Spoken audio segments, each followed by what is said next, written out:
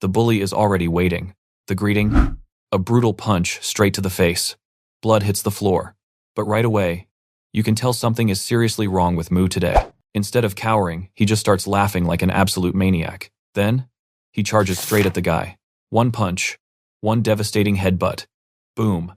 That is all it takes to drop the bully to his knees right in front of everyone. The whole class is stunned. Total shock.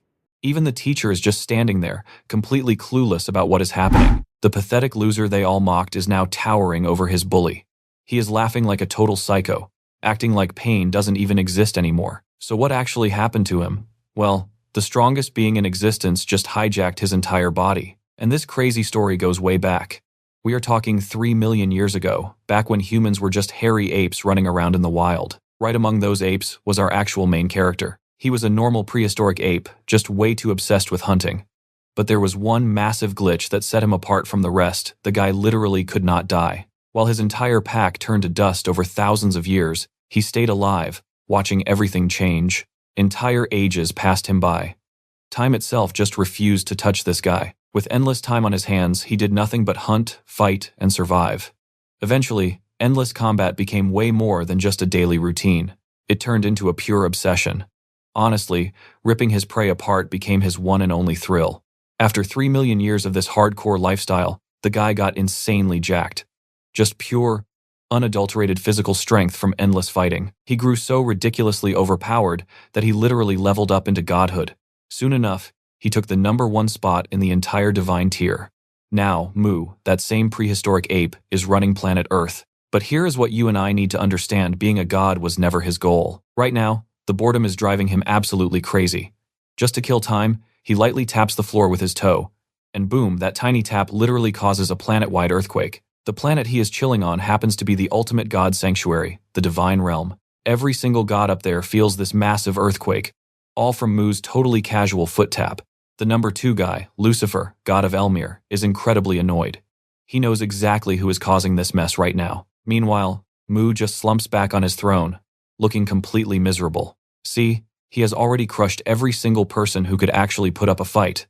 Now, there is absolutely zero competition left for him. It has been so long since his last real battle, he cannot even remember it anymore. Maybe his last fight was 1,000 years ago. Honestly, my guy is quite literally suffering from being way too successful. He is so broken that no one dares challenge him. But then it hits him: if nobody is strong enough to fight, maybe he just needs to nerf his own power to make things fun again. Now watch closely with me, because this is where everything flips. He decides to possess a weak human. Down on Earth, he can finally find some good fights. Wasting zero time, he summons his familiar, Yong. This giant reptilian beast instantly pops up, totally ready to serve his master. Yong is no basic pet. He is the supreme god's personal secretary, and yes, his name literally translates to dragon. When the dragon asks why he was called, Mu just casually drops his plan to invade Earth. Hearing that, Yong completely panics, instantly casting a massive binding spell to chain Mu down. He begs for an actual explanation for this insane idea. There is a huge gods meeting coming up, and Mu really needs to do his job. But Mu could not care less about his divine duties. Completely ignoring the magic chains, he just starts walking, casually dragging his giant secretary across the floor. Yong tries his hardest to stop him, but it is useless. The real reason he wants Mu to stay? It is not about duty, it is pure fear. The poor dragon knows that the second Mu leaves, every single god will dump their rage right onto him. He is absolutely positive they will use him as a giant punching bag to vent all their frustration against his master. But Mu has completely made up his mind now. Nothing in the universe can stop his craving for a real fight. With zero effort, he snaps the magical chains and glares at his secretary. He flat out says he might stay, but only if Yong steps up to fight him right now. Yeah, getting completely destroyed by his overpowering boss is the last thing this poor dragon wants. So, sweating bullets, he just wishes his boss a super safe trip. With the annoying dragon handled, Mu starts hunting for a human to possess. He tunes into Earth, scanning millions of minds. And trust me, you and I are about to see exactly who he picks. Out of all that noise, one single thought catches his absolute attention. It is a desperate plea from some guy begging to be isekai'd. Mu just smiles from ear to ear hearing this. Stick with me here. He just found the absolute perfect body to possess, and he gets to grant a wish too. A total win-win for everyone involved. He turns straight to his familiar, casually announces he is ditching his current body, and basically dumps the babysitting duties for the new soul onto him. Obviously, this throws Yang into a total panic. He desperately begs his master to reconsider. If the soul leaves and this original body dies, the soul gets destroyed too. But Mu? He is an absolute stubborn force of nature. His mind is already made up. He just brushes off the panic, promising a quick return. Meanwhile, let us switch gears to this 17-year-old kid from Earth, Liho. So far, he is just a total loser. He survives by playing games, pretending to be the overpowered main character so he can actually feel important. But this gaming session is his last. He is sick of his pathetic reality and is totally ready to end it all right now. Hoping to get isekai'd into a fantasy world he actually wants to live in, the kid steps off the edge with zero hesitation. Free falling through the air, Liho screams at his god, practically daring the universe to send him somewhere else. Smack! He hits the concrete with a brutal splat. But waking up after dying, he is suddenly staring down a gigantic, terrifying beast. He is absolutely sweating bullets. Both Liho and Yang scream the exact same thing. Who the hell are you? Now pay close attention here. Mu actually takes over Liho's body literally 1 second before impact. The crash turns the body into absolute mush, leaving him completely paralyzed. But hold on, let us do a super quick biology lesson about your involuntary muscles. Basically, muscles that pump and twitch without you thinking. Those are involuntary. Stuff like your heart beating or your internal organs doing their job. Well, Mu spent 3 million years training his physical form. He has literally reached God tier when it comes to human anatomy. He can manually command every single blood vessel. Yep, for him, even involuntary muscles are completely under his absolute control. By manually forcing his veins together, he repairs this crushed heart on the spot and literally commands the bleeding to stop. I know what you are thinking. This guy is insane, right? Because feeling his own blood drain out is actually thrilling him to no end. He is just feeling incredibly proud of his crazy decision to jump into this world. First up on the agenda, heading back to base. Or rather, the completely trashed apartment belonging to the Earthling, Liho. Once inside the messy dorm, Mu spends hours sorting through the kid's memories, piecing together all the basic survival info he needs right now. Turns out, Liho only has one male relative who lives super far away. So basically, the kid is entirely on his own. Long story short, Liho hits every checkmark for poor and completely miserable. And his daily grind is surviving a place called school. Worse yet, there is one specific bully who constantly finds excuses to beat the absolute living daylights out of him. But wait, this actually makes Mu ecstatic. The entire reason he came to this planet? To throw some heavy punches. He is instantly hyped to jump straight into combat and absolutely destroy anyone dumb enough to cross his path. Right as he is getting pumped, a weird tickling shoots through his arms. He realizes this pathetic muscle soreness is just from doing a basic handstand earlier. His arms are literally aching like crazy. Most people would hate this awful feeling. But our guy? He is beyond thrilled. He hasn't felt the sting of sore muscles in over 1,000 years. Fast forward to morning. Liho's impact crater grabs the cops' attention, and the area is instantly locked down as a massive crime scene. Seeing that giant pool of blood, the officers are desperately scratching their heads trying to identify the poor victim. Mu spots the huge police gathering, totally ignores it, and just casually takes a detour heading straight toward his classroom. At school, he yanks the door open with so much raw animal strength that it literally bounces back and violently smacks his own face. Inside is that exact guy from the kid's memories. He stares at Mu's bloody nose and immediately starts mocking his absolute clumsiness. Looking at that smug face, Mu instantly realizes this is the exact same bastard who always bullied Liho. Having his very first target served up on a silver platter like this, it is making him feel absolutely euphoric. The bully gets super annoyed seeing this usual loser grinning like a total maniac, so he drops his phone and throws a massive punch without warning. The hit instantly busts Mu's lip, drawing fresh blood.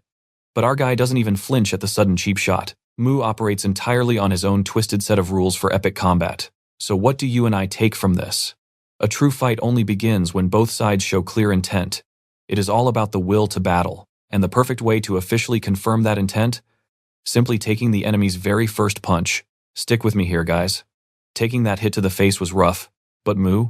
He is absolutely thrilled the green light is flashing for an all-out brawl. So, without hesitating for a split second, he lands an absolutely devastating hook right on the bastard's jaw. My guy swings with so much raw force that his entire arm literally electrifies with blinding muscle pain. The sudden agony is so unbearable he pulls a face like he just bit into a raw lemon. Plus, they are literally still in class.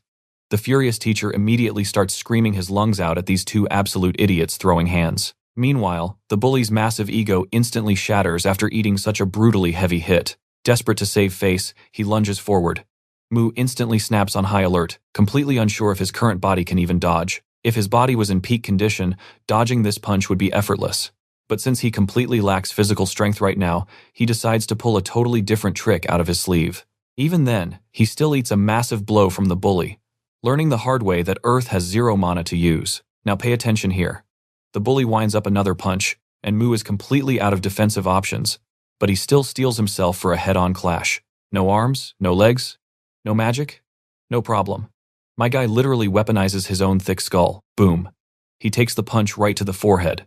His skull is so dense the bully hears his own fist shatter, screaming in agonizing pain he never saw coming. With the bastard completely dazed and reeling from the shattered bones, Mu seizes his perfect opening. He launches a devastating headbutt straight into the bully's gut, targeting the absolute weakest point of human anatomy, the solar plexus. Then he immediately chains it into a brutal head uppercut, smashing right under the bastard's jaw. After that devastating final combo, the bully's knees completely buckle. The entire classroom of kids instantly yank out their phones to record this absolute humiliation. Sweating bullets, they watch Mu dominate the fight effortlessly. Just yesterday, he was a punching bag, making this god-tier comeback feel completely and utterly unbelievable. Meanwhile, our boy is totally zoning out.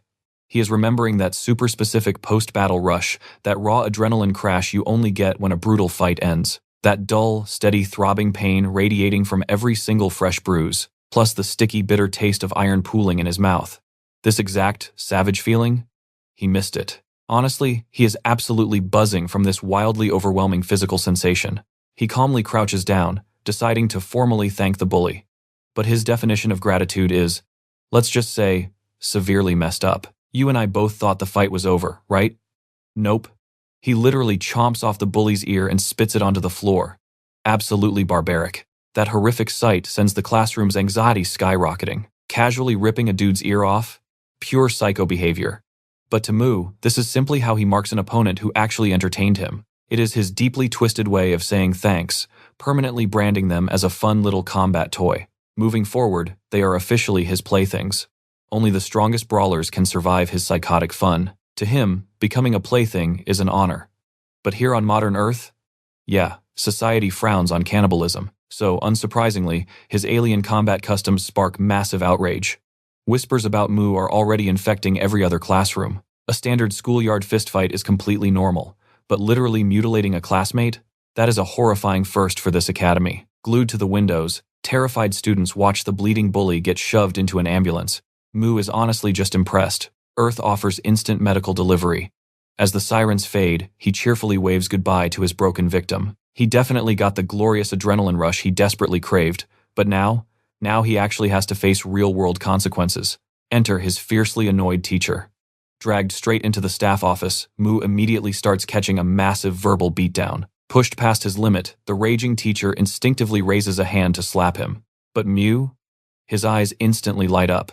He is wildly thrilled and practically begging the guy to strike him. Seeing that deeply unsettling psychotic grin, the teacher violently flinches and freezes completely dead in his tracks. Realizing arguing with an absolute lunatic is totally pointless, the teacher backs off. He orders Mu to bring his parents and immediately suspends him for the day. A few hours later, Mu is casually strolling down the city streets, looking super bummed out because his fun fight got cut short. Still, leaving early means he finally gets time to heal up his trashed body. He has a ton of work ahead to keep brawling in this fragile human vessel. If he could just tap into some mana, everything would completely change. And regarding mana, so what do you and I need to know here? Call it ki, chakra, or mana, it is the raw, natural life force that makes real magic happen. Stick with me, we've seen worlds where humans become hunters. Other times, they're wizards. But on Earth, 0 mana. That means absolutely no magic and no mana-based skills are allowed here. He even tries casting a spell himself, but it completely flops. Nothing happens. Looks like our guy Mu has 0 choice. He has to rely entirely on pure physical strength. Either way, he calls it a day. He heads back to God's sanctuary, planning to return tomorrow once his body heals up. But when he arrives, he catches Liho, literally choking the life right out of poor Yongyong. Shortly after, Liho straight up asks Mu if he can drag this dragon with him to another world.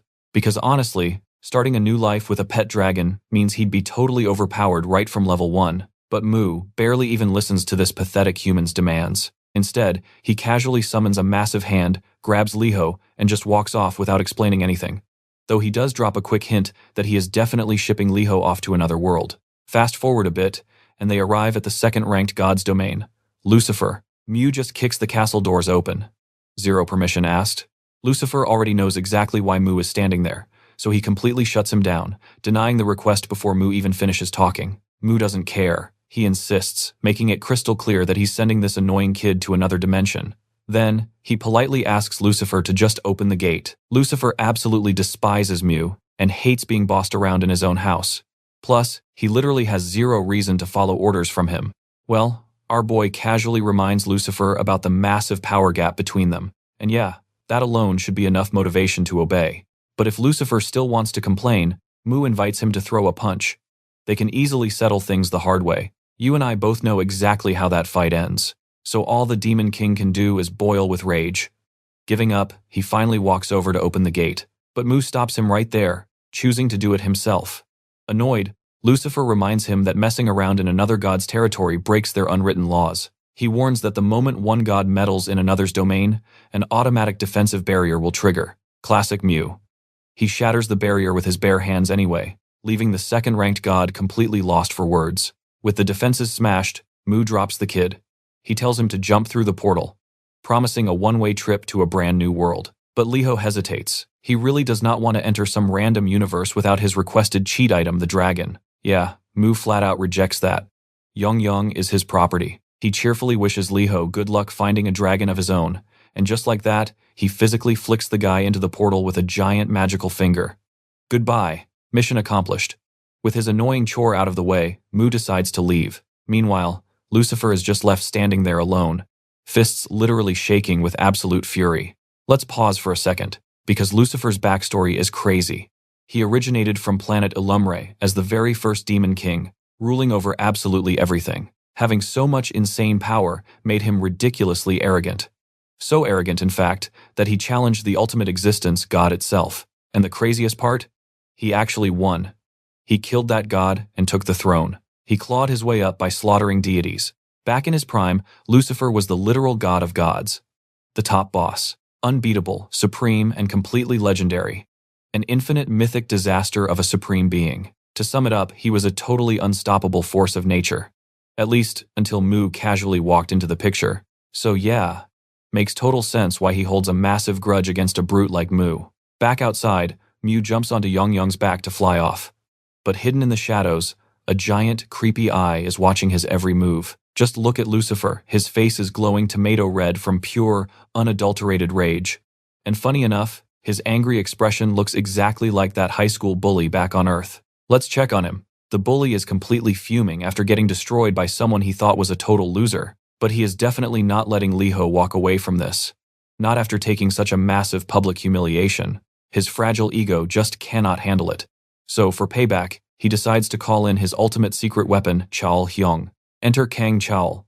This guy is built like a tank, holding the title of Youth Division Boxing Middleweight Champion. While he's sweating it out during a heavy gym session, a phone ringing in the locker room breaks his focus. It actually isn't even his phone. It belongs to his buddy, Guak Shol. Guak boasts 2 full years of boxing experience, plus 14 intense sparring matches. He picks up his painfully cracked phone and answers. And obviously, the guy on the other line is our angry bully. Since we still don't know his real name, let's just call this pathetic dude Chickpuss. For now, Chickpuss actually offers to buy Guak a brand new phone. But obviously, there's a catch. So what do you and I predict happens next? Yep, Guak happily agrees to be the muscle. Things are about to get messy. Stick with me. We are heading right back inside the classroom. Chickpuss walks in, nose, ears, and hand totally wrapped in bandages.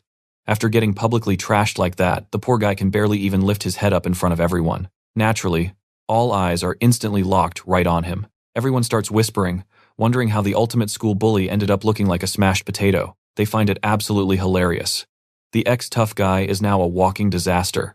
The same kids who used to shake in fear now wonder why they ever dreaded this absolute clown. Of course, all this trash talk completely triggers Chickpuss. He slams his bag down, glaring daggers at the room. He marches right up to the kids who were loudly whispering about him. He snaps, daring anybody who wants a piece to step up right now. Most kids instantly shrink back, but the class president? She calmly stands up.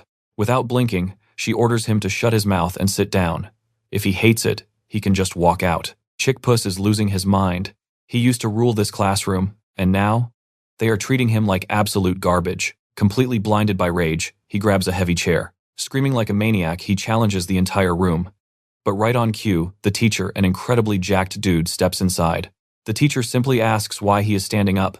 Instantly, Chickpuss loses his nerve and scurries to his desk. As the bully cowers, the class president gives the teacher a subtle nod, basically signaling that everything is totally under control. But the teacher wants more. He tells her to drop by his office after school. Turns out, Liho, the kid who caused yesterday's massive scene, is ignoring all his calls. He tasks her to go check on him, sweetening the deal with a guaranteed college recommendation letter. Typical, right? He dumps his teacher duties onto a student and just walks away. Later on, she finally tracks down his dorm room. She knocks forever, but gets absolutely zero response from inside. He is ignoring her phone calls too, so she takes a deep breath and just walks right in. Now, pay attention, because two shocking things hit her immediately. First, giant cockroaches crawling literally everywhere. Second, and way worse, Liho is completely passed out on the floor with his eyes rolled back. Pure panic kicks in. For a terrifying split second, she thinks she just found a dead body. Cut to the hospital, where his body gets rushed. Suddenly, the ancient master Mu wakes up inside him. Waking up in a totally new spot from where he left this kid, Mu is highly confused about his weird new surroundings. Trying to sit upright, he notices some strange tube strapped to him. Keep in mind, this guy knows zero about modern medicine. Feeling icy fluid entering his veins makes him super suspicious. But after sensing the energy, he realizes it is basically pure nutrients, speeding up his body's healing process. It is definitely not magic. But man, this strange liquid works incredibly well. Discovering that modern Earth has tools this useful actually brings a small smirk to his face. That weird little chuckle totally creeps out the class president. She quickly explains that their homeroom teacher sent her here. Mission accomplished. Now she is ready to get out of there. But Mu needs answers about this era. He stops her right at the door, asking for just a quick second of her time. She lets out a sigh and stops. She decides to give this weirdo a few minutes before she rushes off to her cram school. I know what you are thinking, he needs info to survive this crazy new world. But nope, the only thing this battle-crazy martial artist cares about is finding a place to physically train. She just stares at him, totally blank. That question was so unbelievably random, she has no clue how to respond. But after thinking for a second, she agrees to point the way. Since he is completely broke, they end up at a local park instead of a fancy gym. After doing some pull-ups, he feels fantastic. Sure, it is just basic outdoor park equipment, but to him, this setup looks extremely professional. He thinks back 4,000 years. In his past life, his daily workout was literally just lifting rocks, climbing sheer cliffs, and digging massive holes. Super primitive stuff. Looking at these modern metal bars, he admits that regular Earthlings are way tougher than he gave them credit for. Out of nowhere, a tiny pebble suddenly smacks his head, and that is where we leave it. Chickpuss is back for revenge, bringing his hired muscle along. Chickpuss is sweating bullets, his face twisted up like he is dealing with terrible constipation. He has been hunting the entire block just for Mu, and of all places, this is exactly where you and I finally find him. Meanwhile, Mu grabs the thrown pebble, trying to figure out who had the absolute guts to hit him. Chickpuss, being an idiot, immediately confesses it was him. He instantly drops a heavy threat, loudly bragging that Mu is totally out of time. Why? Because this cousin of his wrecked every single third year entirely solo. But before Chickpuss can even finish bragging, Mu throws a devastating punch that instantly floors him. You see, in Mu's crazy logic, that pebble was a direct attack, completely enough reason to start an all-out brawl right then. We suddenly cut to the divine sanctuary. The gods are all sitting around a massive round table for their standard meeting. But instead of Mu showing up, Yongyong is sitting there to represent his god. Gripping a written speech, Yongyong nervously starts the meeting, ready to act as the official messenger for his master. Things derail fast when a totally furious Lucifer snaps, demanding to know why Yongyong is even here. The poor little dragon almost jumps out of his scales. Freaking out, he quickly swears to Lucifer he is just here to drop off a message and will leave instantly. After that panicked rambling, Yongyong takes a deep breath and finally reads out the note. The message is honestly too simple. It just says Mu wants to fight someone way stronger and demands to be called the second a crazy strong guy appears. And yeah, that is the entire message. Watch closely now. Lucifer is completely sick of this nonsense. He slams the table so hard, a massive crack actually splits the surface. Absolutely raging, he screams out his pure frustration. These meetings are already a massive joke to him, and now Mu will not even bother showing his actual face. Lucifer glares at the other gods, asking if they are seriously accepting this blatant disrespect from Mu. Dead silence drops over the room, proving nobody is okay with this garbage. But honestly, their hands are tied. They cannot do a single thing about it right now. Suddenly, the blue-haired god steps up. That is So-So, the third-ranked deity and divine archer. She points out, these meetings exist to keep world peace. If an issue pops up that the heart god cannot fix, they are all supposed to jump in. So yeah, she finds it incredibly pathetic and super disrespectful that Mu totally skipped out on them. Lucifer, basically a ticking time bomb, absolutely explodes. He violently roars that Mu treats protecting the entire universe like some kind of stupid video game. He warns everyone the whole system might crash just because Mu keeps doing whatever he wants. Even worse, Mu's crazy solutions just cause more chaos. His rage peaks thinking about that insane disaster on planet Cyclops 1,000 years ago. Just remembering that disaster kicks his absolute fury into overdrive. The god of Cyclops awkwardly nods along, sweating bullets remembering that exact catastrophe. Oh, he is the 8th-ranked deity, by the way. I know what you are thinking. What exactly happened back then?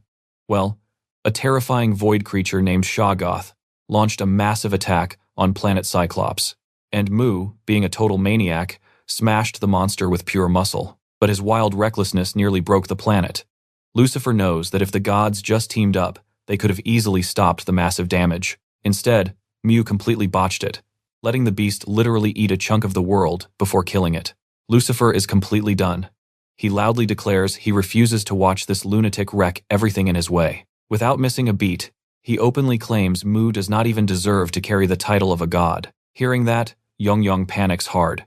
The poor little dragon just watches as their pure hatred for Mu becomes painfully obvious. With 0 options left, all he can do is silently pray his master comes back and fixes this giant mess. Meanwhile, right back on Earth, Chickpuss is completely laid out after eating that brutal punch.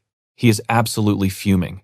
He cannot believe this idiot actually decked him without a second thought, especially with his legendary boxer cousin standing right there. Guac finally steps up. He can instantly tell this kid has some serious guts and definitely knows how to throw a real punch. Totally curious, he directly asks Mu if he plays any sports. But obviously, this unhinged brute has 0 clue about organized sports. He just bluntly states that all he ever does is fight. Guac almost chokes on his breath, hearing that completely clownish answer. Still, his interest is totally hooked, and he is ready to test out Mu's durability. Taking the initiative, he launches an absolutely devastating punch right off the bat. The result? Exactly what you would expect. Blood sprays as Mu flies backward, leaving Guac unimpressed. Trust me, you and I need to see how this ends. Guac is completely stunned, realizing Mu just stared right at his incoming punch without even trying to move away.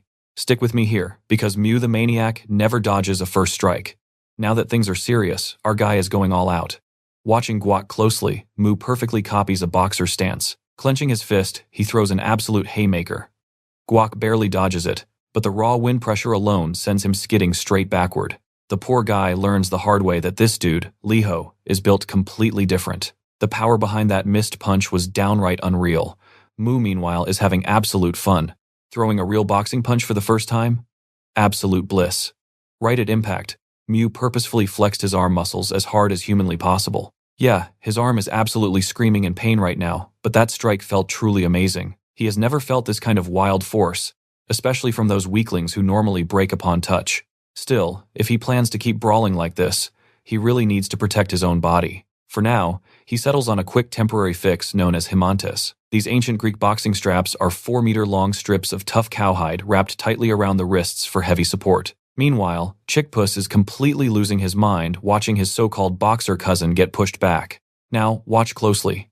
Chickpuss angrily yells at his cousin, so a panicking Guac charges right back in under the pressure, aiming for another solid hit. But Mu safely guards himself, effortlessly brushing off the attack.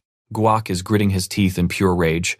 He throws everything he has, yet this monster just stands there stopping every punch like it is nothing. Mu, however, is casually analyzing every single incoming move. Guac's punches are fast and sharp, but way too predictable. Just by watching his muscle twitches, Mu knows exactly where each strike is going. Finally, Mu takes a perfectly timed step back, easily dodging a direct hit. Super frustrated by the miss, Guak desperately throws another quick punch, but Mu smoothly dodges that one as well. Then, our guy counters with a flawless punch right to Guak's hand, causing absolute agonizing pain. Mu actually finds it hilarious that Guak's pained face looks exactly like Chickpuss's fearful expression. Any remaining doubts are gone now. Those two losers are definitely blood-related cousins. Landing one more brutal blow, Mu knocks Guak out cold, leaving Chickpuss frozen in pure terror under that intense stare. Mu is eager to finish this mess, but Chickpuss just trembles, his courage completely gone. Seeing Chickpuss shaking like a leaf, Mu figures he is done. He directly asks if this punk plans to fight anymore. But before Chickpuss can even answer, Mu blasts a devastating punch right into his face. What follows is absolute relentless destruction. You and I both saw that coming, right? Mu drops blow after ruthless blow, leaving Chickpuss completely beaten to a total pulp. To end it, Mu delivers a final bone-rattling smash, knocking Chickpuss out for good. Satisfied the fight is over, Mu casually walks away with Guak's ear as a prize, leaving the two broken cousins totally wrecked. Later on, Mu gets back to his apartment, just sitting and reflecting on the crazy fight. He admits fighting is incredibly fun, but his fragile human body breaking so easily is holding him back way too much. He never imagined in his wildest dreams that his muscles would literally tear from just throwing a few heavy blows. While tearing muscles is necessary for growing stronger and fighting harder, it is a massive, annoying interruption to his fun. He decides to pop back to the God Sanctuary to grab something Yong prepared for him, a rare recovery magic orb. But when he tries to teleport back to the sanctuary, nothing happens. No matter how hard he focuses, the portal just will not open, leaving him totally confused about what is going wrong. To get some answers, we rewind a few days to the divine realm of Elmore, right under the god Lucifer's control. This happened right after Mu forcefully tossed Liho into Lucifer's personal world. Right before leaving, Mu asked Yong to try getting a recovery magic orb if at all possible.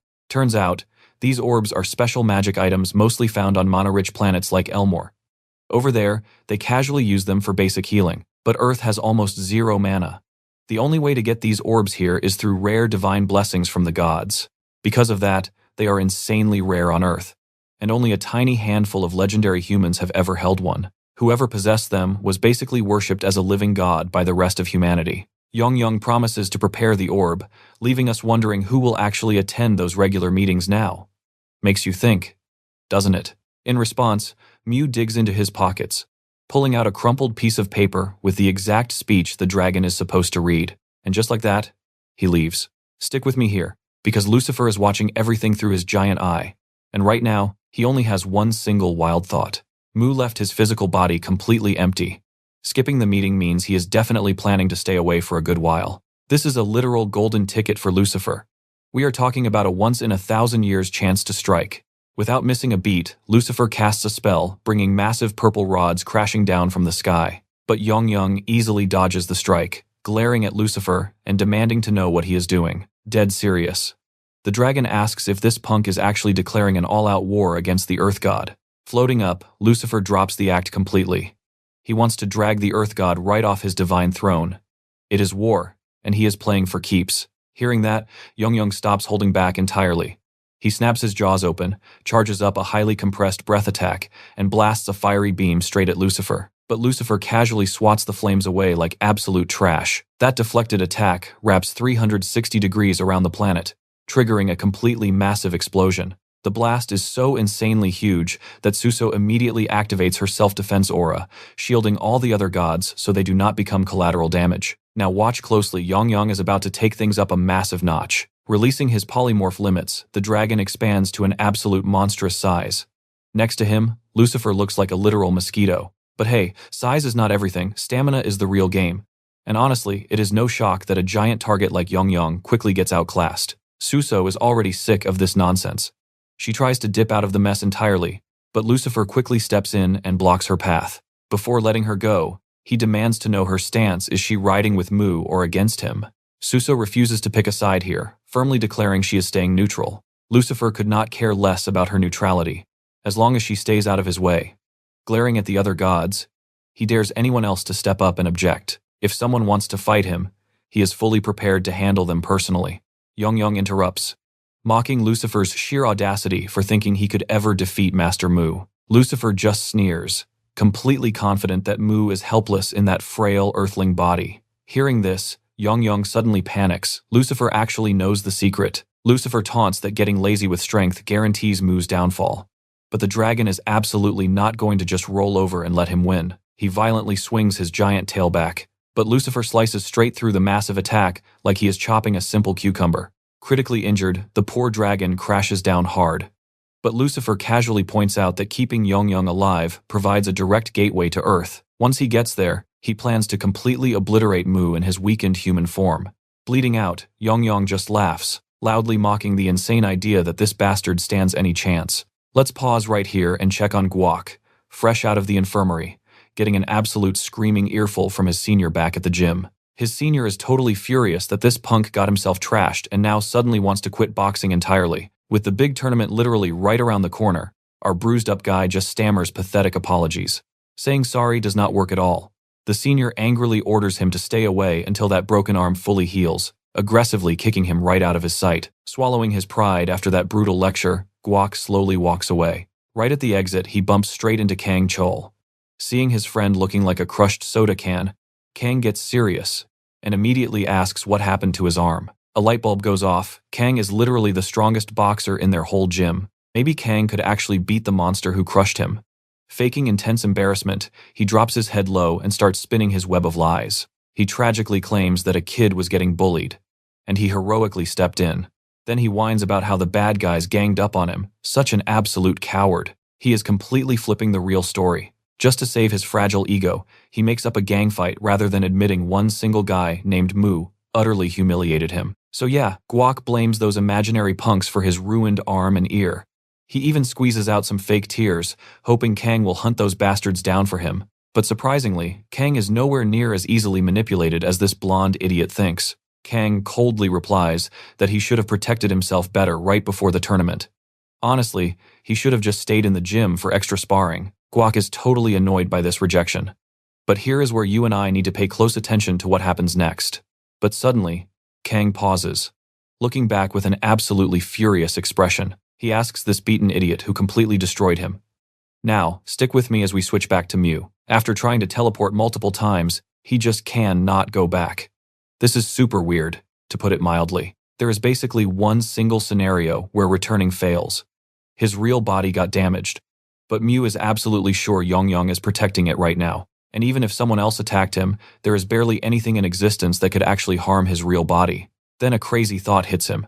He suddenly wonders if literally all the gods teamed up just to ambush him. He gets pretty annoyed thinking about it. Out of all times, they had to challenge him right now. He desperately wants to crush them in a fight, but being stuck in this place makes that basically impossible. After completely obliterating a poor pillow, Mu takes a deep breath and tries calming down. Even facing all the gods, he knows Yong would not lose easily. But still, Mu simply can not just sit around doing absolutely nothing about it.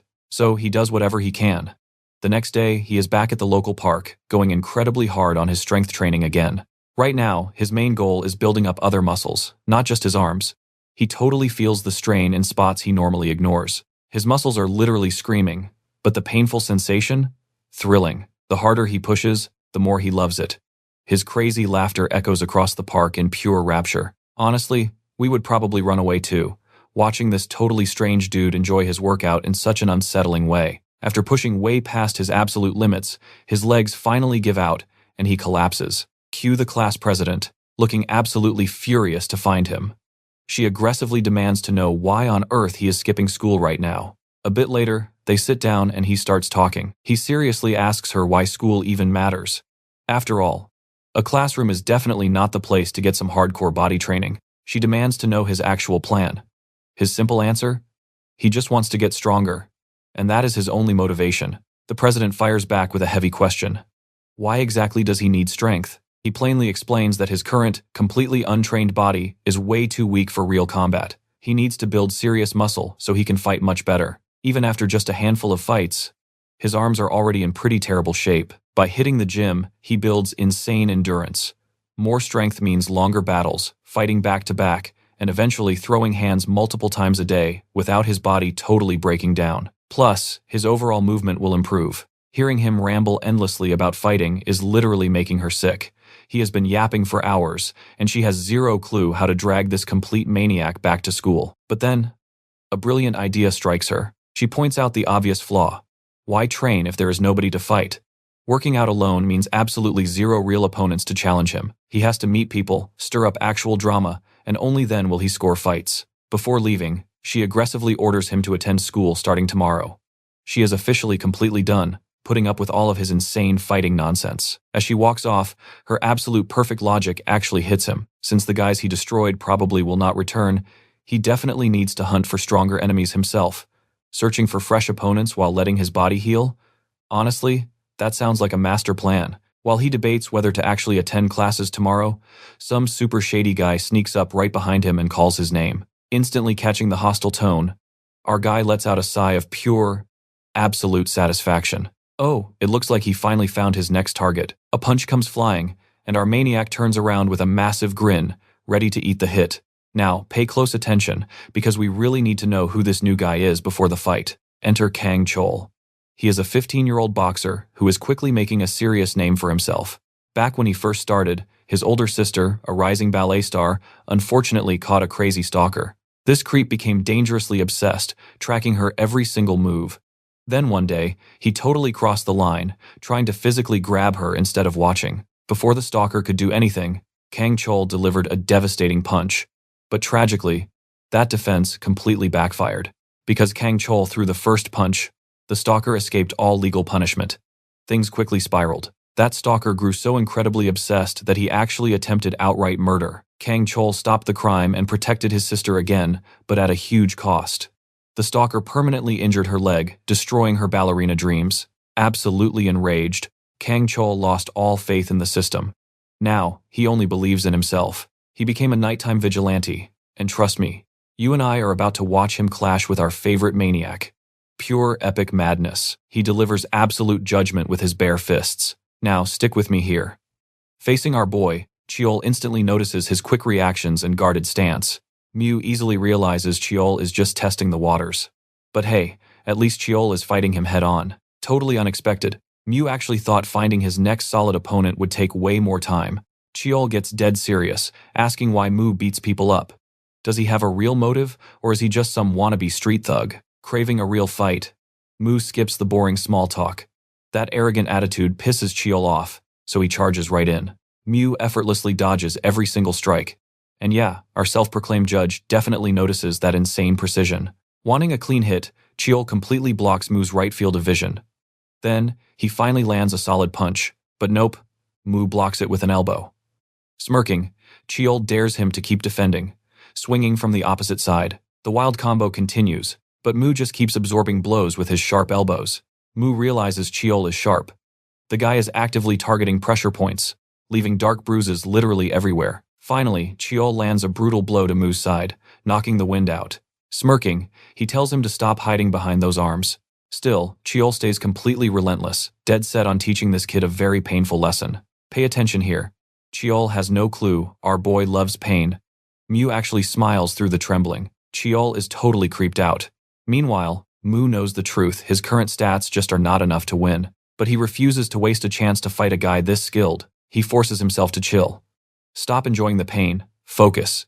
It reminds him of fighting a demon, almost losing himself to pure battle lust. Back then, he wiped that crazy grin off his face and just coldly observed his enemy. Fired up again, he stands. When the demon strikes, Mew ducks, and the huge punch shatters the wall. Ditching the raw, crazy impulse, Mew goes full tactical.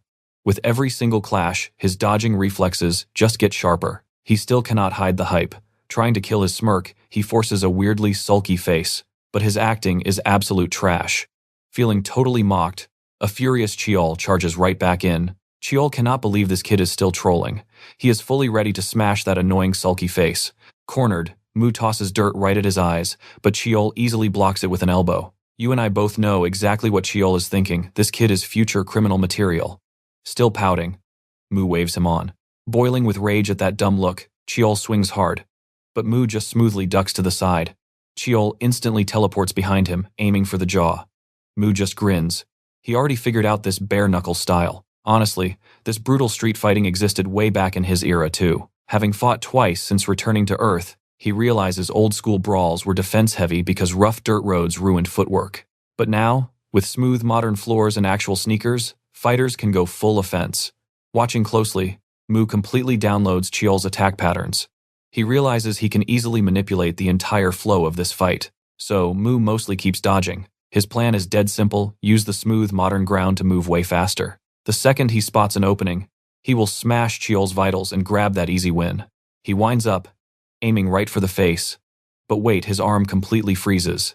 He tries forcing an elbow strike, but his body just quits. Mu actually laughs out loud, taunting Chiol for totally missing. Absolutely furious, Chiol grabs a metal rod and violently smashes Mu's leg, making him genuinely flinch. Ice cold. Chiol says he might be having fun today, but someday he will be a psycho laughing while torturing innocent people. So today, he gets a beating to erase that smirk forever. The rod goes up, and Mu realizes, oh wow, he actually lost. Losing? That has not happened in 4,000 years. He braces himself for the bone-crushing impact. But wait, something suddenly blasts Chiol. Thinking he got caught, Chiol bolts. Then, a tiny voice calls out to Mu, saying, Master. Mu spins around. Standing right there is none other than the tiny, adorable form of Yongyang. Meanwhile, just earlier, Lucifer is staring directly at Mu's real body. It is completely trapped, meaning Mu cannot jump back. Even worse, it is locked inside a sealed dimension. His soul literally cannot enter, no matter how hard he tries. All Lucifer has to do now is crack Earth's barrier wide open to win. So, what do you and I make of this? Lucifer offers Earth's throne, but the loyal dragon stays totally silent, making a furious Lucifer demand an answer. Stick with me here. Yongyang calmly asks if this barrier is truly totally unbreakable. Lucifer arrogantly confirms it. He brags that absolutely nothing can break it, demanding the dragon accept his offer. But before he can even finish, the dragon completely cuts him off, smiling. Glad to hear that. Boom. Yongyang drops a massive explosion spell, swallowing the entire building. The insane blast violently shakes literally everything. A tiny, chibi version of Yongyang flies out of the smoke, panting.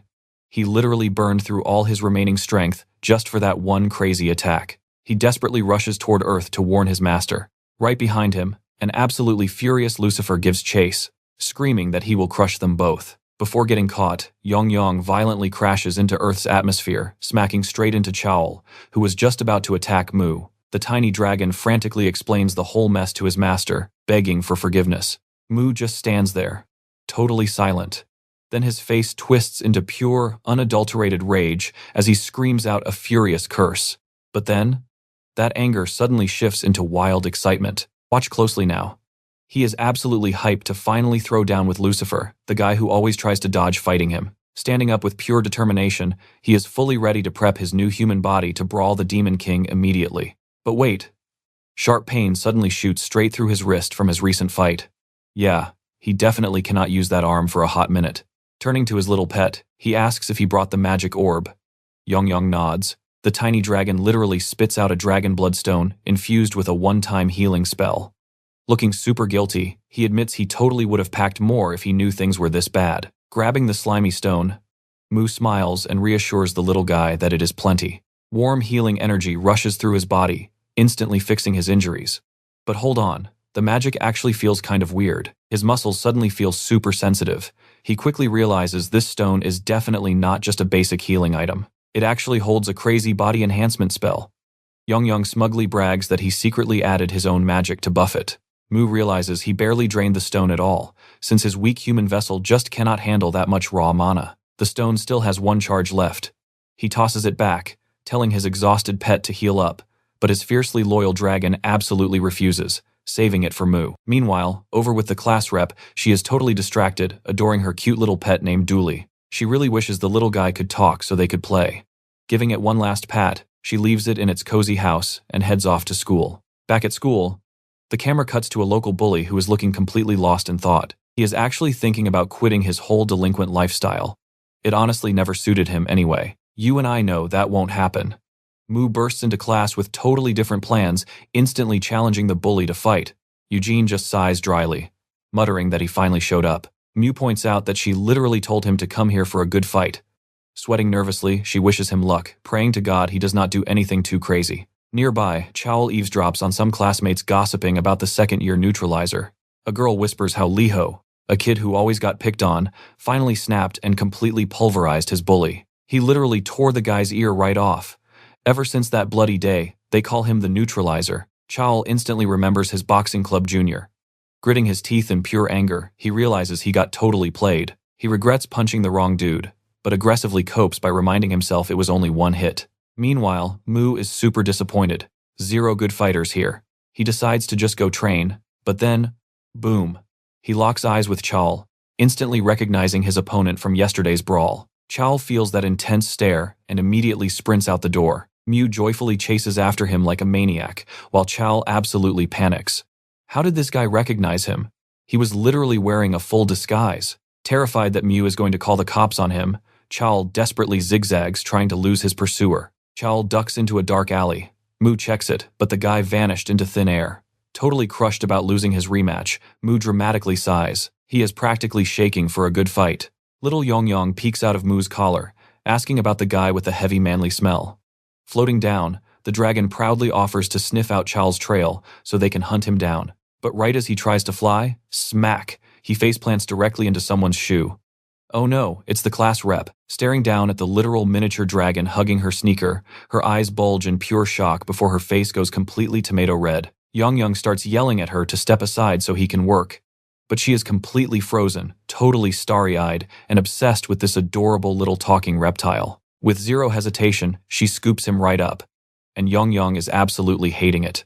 That's where we leave it. He furiously demands if she knows his true identity. Super frustrated, he realizes his magic is totally blocked, which would have easily gotten him out of this crazy mess. But stick with me here, Eugene is totally obsessed, staring at him like he is the absolute cutest talking lizard ever. Yongyong wriggles right out of her grip and hides behind Mu, grumbling under his breath about losing all his strength. The class rep asks if they are friends, and Mu just gives a calm nod, saying the little guy behaves perfectly. Eugene, though, is super jealous that Mu scored such an epic little pet. Catching that look, Mu smirks and actually offers to lend Yongyong out, sparking pure, unadulterated horror in the dragon. Later on, the poor dragon gets dragged straight to Eugene's place. Seeing his pout, she just thinks he is sad. She remembers how Mu traded him for help finding Cheol, a deal she had accepted in a literal heartbeat. Before leaving, Mu told his pet to chill with Eugene for now and return on his own later. When Yongyong asked where he was off to, Mu could barely hide his hype. He was heading to Sansujiang. Back in the present, Yongyong introduces himself as Mu's personal secretary, raising his tiny little paw to seal the deal. Eugene's heart practically explodes from the cuteness overload, and she immediately holds out a single finger to shake his hand. She figures master means Liho, so she proudly promises to help him out using her power as the class president. Hearing that title for the first time, Yongyong tilts his head. Eugene proudly explains she does not just run the class, she is the top student in their whole grade. You and I both know Mu's power, so the dragon is completely baffled that his master isn't the absolute boss. When she drops the bomb that Liho isn't even number one, Yongyong instantly starts protesting. He angrily insists that if she rules the class, then Mu absolutely must be the Earth's emperor. Then, puffing his tiny chest with fake authority, he commands her to make sure Mu becomes the ultimate powerhouse. Eugene agrees, but demands he visit her house all the time. Smirking to himself, Yongyong thinks this is the perfect setup. He is already plotting to use her to gather all the intel on Earth. Deep down, he swears to help his master become the absolute strongest again.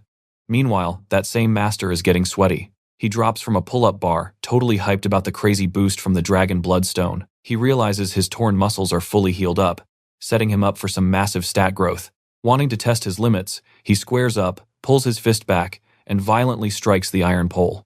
A sharp, incredibly satisfying clank echoes through the park. He checks over his shoulder, hoping to catch Cheol creeping around, but finds nothing but empty space. Oh well, he figures they go to the same school anyway, so they are bound to cross paths very soon.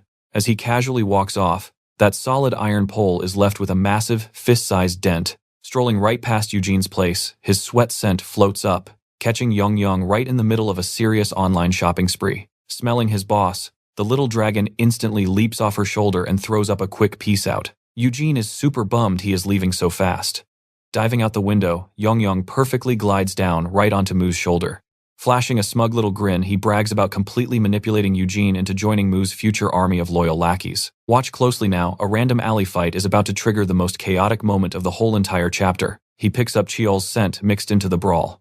Cheol is literally destroying some street punk who stole a bike. The beaten thief holds his bruised face, screaming at Cheol that he is making a massive mistake. He threatens to call in his gang, which instantly earns him another ruthless punch straight to the jaw. Right at that perfect moment, Mu slowly steps up. Cheol spins around, freezing when he spots him. Yong is entirely distracted, drooling over some amazing food smell from a nearby diner. Mu, however, locks his deadpan gaze completely and totally on Cheol. Panicking, Cheol throws his hands up, swearing it is a misunderstanding, and begging not to fight anymore. But Mu literally does not care. He charges straight in without a word, forcing Cheol into a desperate guard. But right before impact, Mu halts completely. Cheol blinks, sweating heavily, totally confused why the punch never actually landed. For one split second, he actually hopes the crazy guy decided to show some mercy. Nope. The thief finds an opening, swings a heavy iron rod, and completely misses Cheol, smashing it brutally right into the back of Mu's head. Mu acts like he took massive damage, but honestly, the absolute menace was just baiting him in. The second the punk drops his guard, Mu front kicks his gut, steals the weapon, crushes his neck, and viciously slams both their heads together. He screams, "But trust me, we are just getting started. Let's dive right in." He's landing strike after strike, grinning like crazy, until suddenly, the joy completely vanishes from his face. Another easy win. Honestly, one-sided beatdowns just bore him to death now, so obviously he pivots to fight Cheol instead. But when he looks back, Cheol is long gone. While Mu was absolutely wrecking that thief, Cheol quietly dipped, baffled at how this dude kept tracking him. Meanwhile, poor Yong is still drooling over the thought of actual food, only to get tossed aside as Cheol sprints past him. Back home, Cheol's brain is spinning over Mu's crazy tactics. That guy actually loves throwing hands. Right then, his sister, Kang Huna, walks in, super hyped about winning a case against some criminal. Yep, after surviving a stalker, this former ballerina turned into a prosecutor. She tells him to move, but he casually asks if hitting her would hurt. She fires back that his punches wouldn't even faze her. Then she brushes past him, casually dropping that dinner is ramen, but 0 eggs allowed. He quietly notes her unbreakable spirit after everything she endured. Meanwhile, that exact same incident just left him boiling with pure rage. But hey, no time for deep thoughts. He goes straight back to boxing, his mind drifting to his early training days. Meanwhile, Mu heads to class while Yong frantically apologizes for yesterday, blaming extreme hunger for completely blinding him. The nearby students stare at Yong, randomly guessing he's a tiny Komodo dragon. Right on cue, Eugene spots him and jogs over. Super hyped to see him again. Mu asks for updates on tracking that guy down, and she hints she has a solid lead. Matching his description of a disguised Cheol, she totally connects the dots to Iljime. Mu draws a blank. Eugene explains it means Iljan Matajek, basically a vigilante who hunts down bullies, then teases if he's secretly into that stuff. Clueless Mu just shrugs it off, but promises he definitely won't let that guy escape next time. Now watch this carefully.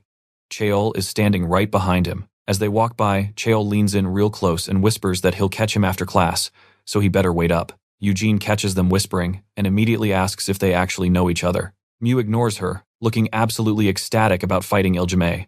Sitting through class basically feels like pure torture for him. He's practically itching for a brawl.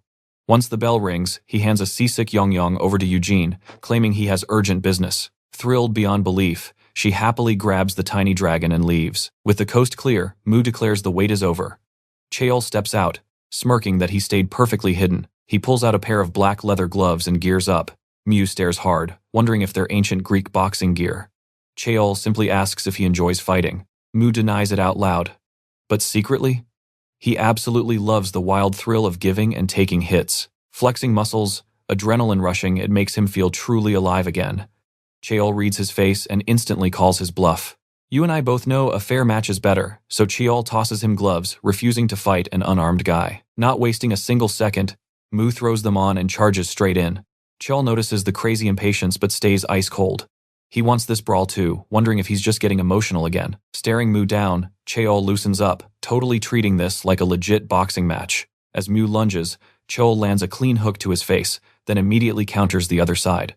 Perfect rhythm. Relaxing his shoulders, he channels pure rotational torque down to his fingertips, delivering another heavy strike right into Mu's jaw. At last, this actually feels like real boxing instead of a street brawl. Meanwhile, Mu realizes those heavy punches would cause serious damage if he wasn't using physical reinforcement, but the danger just hypes him up. Finally, a real challenge. Over in night study, Liho is knocked out cold. He wakes up to a sticky note, scolding him for constantly sleeping. Annoyed, he checks his phone, snacks on some chocolate, and walks out right past the room where Mu and Cheol are clashing. Inside, Mu throws a wild kick, and Cheol immediately complains that's highly illegal. Utterly clueless about rules, Mu leaps up and demands to know who said fists are the only weapons allowed. Then, he brutally kicks Cheol's face and shoulder, refusing to let up.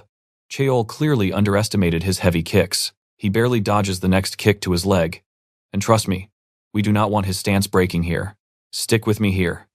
Mu suddenly tenses up, realizing the Bloodstone's buff on Yongyong's physical strength might have totally worn off. Cheol catches that sudden shift in his face. He instantly figures out Mu is completely running on empty. To completely break the heavy tension, he just randomly bursts out laughing. Cheol cracks up too, their laughter echoing loudly through the empty classroom. Meanwhile, outside, Heejun glares through the glass window, absolutely disgusted they're joking around mid-fight. But inside, the brawl continues. Cheol charges right at him. Completely drained of stamina, Mu goes full defensive mode. But this time, Cheol shows absolutely zero mercy. A brutal punch to the knee makes him stumble, followed by a direct hit to the face. Yet, Mu keeps grinning. He finally realizes Liho's frail body just can't handle Cheol's solid muscle mass. For a split second, he actually considers using the Bloodstone's third form. Instead, he gets back up, pure determination burning in his eyes, throwing another punch. Cheol easily blocks it, joking about how energetic Mu is despite being totally exhausted. Then he flat out mocks him for throwing such a ridiculously weak punch. But right then, something totally distracts Cheol, and Mu instantly jumps on the opening. Cheol suddenly feels dizzy and super confused. That punch barely had any power behind it. He decides he better lock in. The very next second, Mu brutally headbutts him. He looks incredibly satisfied seeing his little trick work out perfectly. Now pay attention. He's actually practicing gathering mana, absolutely essential for casting magic. Normally, gathering mana means drawing in and purifying the surrounding elements, like dust and oxygen. But Earth has literally zero natural mana. So, he adapts by compressing air into a single spot. The moment he attacks, it violently bursts outward on impact. He honestly didn't think it would work this well. Looking down at a knocked-out Cheol, he realizes this guy is way more interesting than he thought. He's actually tempted to bite him just to leave a victory mark. But before his teeth sink in, Cheol's hand suddenly blocks him. Talk about a misunderstanding. Still totally dazed, Cheol admits defeat but draws the line at getting weirdly bitten. Finally, awkwardly fumbling for his words, Cheol tells him they will definitely meet again. Later on, Yongyong leaves Yujin's place, loaded up with supplies she packed. She is ready to spoil him with way more, but he just waves goodbye and heads out. While strolling around, he spots Cheol walking down the street. The memory of Cheol hitting him and running away still burns hot, and pure petty revenge starts bubbling up. Meanwhile, poor Cheol is still dizzy, head totally buzzing from Mu's attack earlier. Out of nowhere, Yongyong launches himself. But in exactly 0.16 seconds, Cheol reacts, swatting the tiny creature away. Cheol just blinks in confusion, wondering what kind of weird dog that was, and keeps walking. I know what you're thinking, right, poor guy? Our boy finds his pet sprawled out cold. So the next day, he decides to hide Yongyong safely inside Yujin's bag. From inside, Yongyong proudly brags about how Yujin is doing an awesome job as his minion. He decides staying hidden is best to avoid unwanted attention. Suddenly, Mu spots Cheol, who immediately asks why he's wearing his school uniform on a Saturday. Mu, who literally has no idea what a Saturday even is, just brushes it off. Cheol asks about his obvious passion for brawling. Mu calmly replies he only fights when necessary. Cheol definitely doesn't buy that obvious lie, but lets it slide. Instead, he invites him to tag along, promising tons of chances to fight. Mu's face instantly lights up with pure excitement, commenting on how incredibly impressive Cheol makes that sound. He practically begs Cheol to take him to a place where he can throw some punches. Cheol clarifies it won't happen immediately though, making Mu seriously doubt if this guy is actually as legit as he claims. Cheol explains that before anything, Mu has to learn from him first. Flashback to Friday morning at Wild Goose High School. A rough group of boys completely dominates the restroom, refusing to let anyone inside. Inside, a massive guy named Yangzhou aggressively demands cash from a kid, who nervously hands over just 20,000 won. That pathetic amount absolutely enrages him. Yangzhou angrily vents all his frustrations about Cheol. Because of him, he couldn't sell a bike for a decent price. Completely enraged, Yangzhou punches the wall, cursing Iljimai out loud. He mutters that this cash won't even cover the principal, let alone interest, then barks at his lackey to summon everyone. Jumping back to Saturday, Chiol explains this whole messy situation. He admits he used to just beat people down recklessly. But after fighting Mu, he realized he can actually enjoy the thrill of battle. Mu flat out suggests that instead of wasting time on weaklings, they should just spar right now. But Chiol promises him a real rematch is coming soon. Suddenly, Mu points down the street, telling him to look. Chiol assumes it's just cigarette smoke at first, but that thick fog? Way too heavy for just a smoke break. His instincts scream that something shady is going down, especially when he spots a totally suspicious figure lurking behind those smoking guys. Trust me, you're gonna want to see this. The shadowy figure demands cash as Chiol steps closer. Stick with me here, one thug demands his wallet, but Chiol answers with a brutal punch. Another guy instantly screams Iljamai. As the smoke finally clears, Chiol realizes he is completely surrounded by extra thugs. He throws a quick signal to our boy, who slips on his mask, totally ready. Chiol charges in while Mu just stands there, patiently waiting for an excuse to fight. That perfect moment arrives when a random goon pinches his leg, realizing they are a team. Taking the bait, Mu instantly joins the chaos and hits back way harder. In no time flat, these two are absolutely destroying the entire gang. Watching them fall, our boy realizes these punks act tough but have totally average human strength. Plus, he is completely confused as to why their breathing systems are in such garbage condition. Right then, Chiol picks up a dropped wallet belonging to a girl and turns her way. Turns out, it is his classmate. Meanwhile, Young suddenly warns Mu about a brand new threat. Someone literally just snitched about their location to Yangzhou. Wasting zero time, the boss himself marches in with his entire crew of lackeys. Chiol is burning with deep rage he has been bottling up, especially seeing his classmate dragged in. He prepares for an absolute bloodbath while Yangzhou orders his men to attack. Now pay attention, our boy is actually thrilled to see this massive brawl break out. People are throwing reckless punches, and he loves every second. But then, a brutal hit from Yangzhou suddenly sends him crashing straight into the dirt. Yangzhou is completely confused about why two Iljis exist. Elsewhere, Heejun is patiently waiting for someone who straight up ghosted his phone calls. Then he spots Yangzhou out for literal blood. Watching this chaotic mess unfold, Heejun just feels total disgust toward their petty street fights. He literally cannot fathom wasting time on such pointless garbage. Honestly, his deep hatred for violence comes from his dad, a former mixed martial arts champ famous for being the absolute strongest man alive. But every single victory just drove the guy further into pure madness. At home, he unleashed all that toxic rage onto his own family. His mom finally escaped, but Heejun stayed behind, taking the abuse to protect his sibling. Over the years, he quietly studied his father's combat moves. As he grew older, he finally hit back. Feeling threatened, his insane dad swore to murder both siblings. So, before that could even happen, Heejun ended up killing his own father first. Given the tragic circumstances, he only served 1 year in juvenile detention before heading back to school. After that, he worked like crazy to support his sibling. His body was his only real asset, swearing never to waste it on dumb street fights like Mu or Chiol. But suddenly, he spots a specific girl in the crowd, Lee Daljin, his actual sister. You and I both know what happens next. Seeing her in danger, he completely snaps. Yangzhou towers over a knocked-out Mu, finally realizing this kid is a fake Iljimai. He starts wondering where the real one is hiding. A second later, Heejun delivers a devastating kick straight to his shin, forcing the boss down to his knees. Before he can even react, Heejun grabs his head and violently smashes it into the concrete. Meanwhile, Young is frantically trying to wake Mu up from his nap. Heejun storms forward, stepping right over the poor dragon without caring.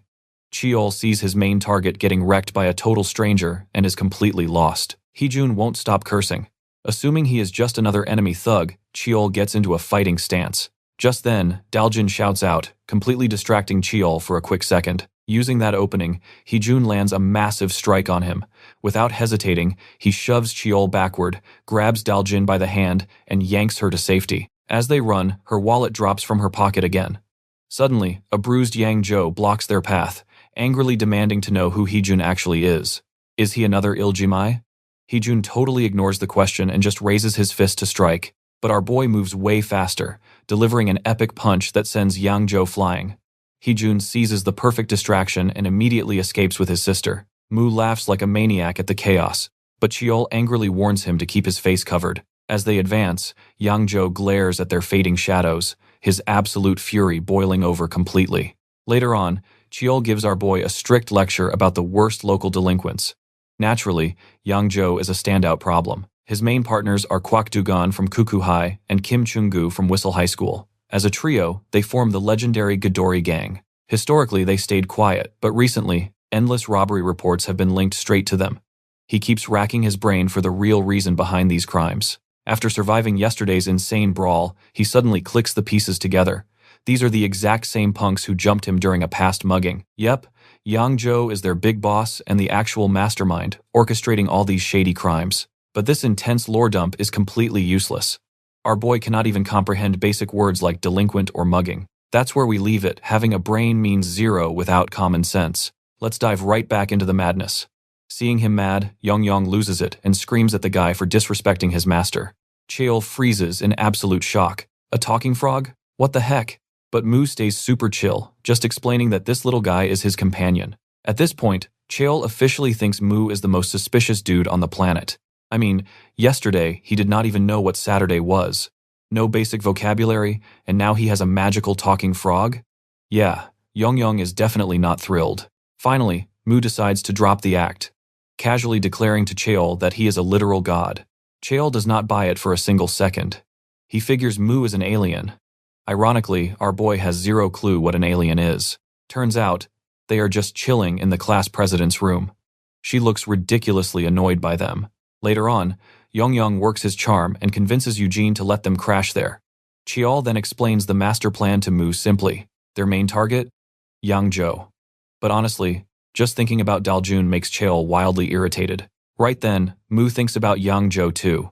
Just remembering him brings a very weird sense of defeat. He knows Yang-jo has a massive physical advantage, but that huge power gap actually excites him. He is dying to fight Yang-jo. But to win, he tells Cheol he needs serious training. Cheol agrees, totally admitting his stamina is awful. Cheol offers to take Mu to his personal gym. Mu considers regular boxing, but it feels way too basic. He wants something way more brutal, even if he cannot exactly put it into words. Meanwhile, Young is scrolling on his phone and shows Mu a crazy video. A dude takes a brutal solar plexus punch and instantly hits the floor. The streamer is literally offering a sweet 1,000,000 won prize to anyone who beats their champion. Cheol watches the screen and suddenly spots the name Kim Chung-gu, a confirmed Ghidorah group member. Now watch this closely. He sets a massive new goal, crush Yang-jo, then destroy the rest of the Ghidorah crew. Meanwhile, way up in the divine realm, Lucifer is absolutely losing his mind, attacking the Earth God's domain. He stares at the barrier protecting the Earth. It is completely untouched, and Lucifer grits his teeth in pure rage. He knows Mu could smash this barrier easily. It makes zero sense to him. Lucifer is way stronger, yet he cannot break it. This fact drives him insanely crazy. Suddenly, his face morphs into Yang-jo, who is fiercely cursing Iljime. He is literally screaming inside a public restroom. He is banging so loud that a guy outside thinks he just urgently needs the toilet. A bit later, Yang-jo whines to his lackeys about losing both the cash and Iljime. One guy hands over Daljun's stolen wallet. Yang-jo checks inside, only to find a few pathetic coins. He frowns hard, complaining that kids today never carry cash. Then he spots Daljun's ID card and grabs it fast. You and I both know that evil smirk, right? He is definitely planning something seriously nasty with it. Back with Mu, he is following Young's directions using Eugene's map. Suddenly, a random kid jogs right past them with his dog. The absolute second that dog smells Young, it viciously growls and just straight up bites him. Young is totally enraged. He glares at his furry new enemy, vowing brutal revenge once his magic returns. Soon enough, they arrive at the event. People are begging to join the challenge, but the streamer girl keeps rejecting every single one. When Mu steps up, she immediately points out his weekend school uniform and asks where he even goes to school. Mu answers Pigeon High School with total confidence. But when she asks about his fighting history, he is super confused. After she explains, he does some quick math and proudly claims 3 million years of combat experience. The guy behind him absolutely loses it laughing. Surprisingly, the girl lets him enter. But there is a catch, an entry fee of 50,000 won. Well, Young already swiped Eugene's wallet. The streamer checks it and finds exactly 46,000 won inside. She takes it anyway and lets him in.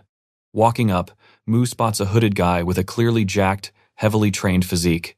Flashing back to the stream, Mu instantly realizes this absolute unit has to be a Ghidorah member. The Ghidorah guy announces that the challengers must step forward because the contest is finally about to begin. First is the introduction phase. This fighter boasts a 13-week winning streak. While they are still talking, Mu just casually steps up to fight. but a short girl quickly blocks him, saying that is not how they do things.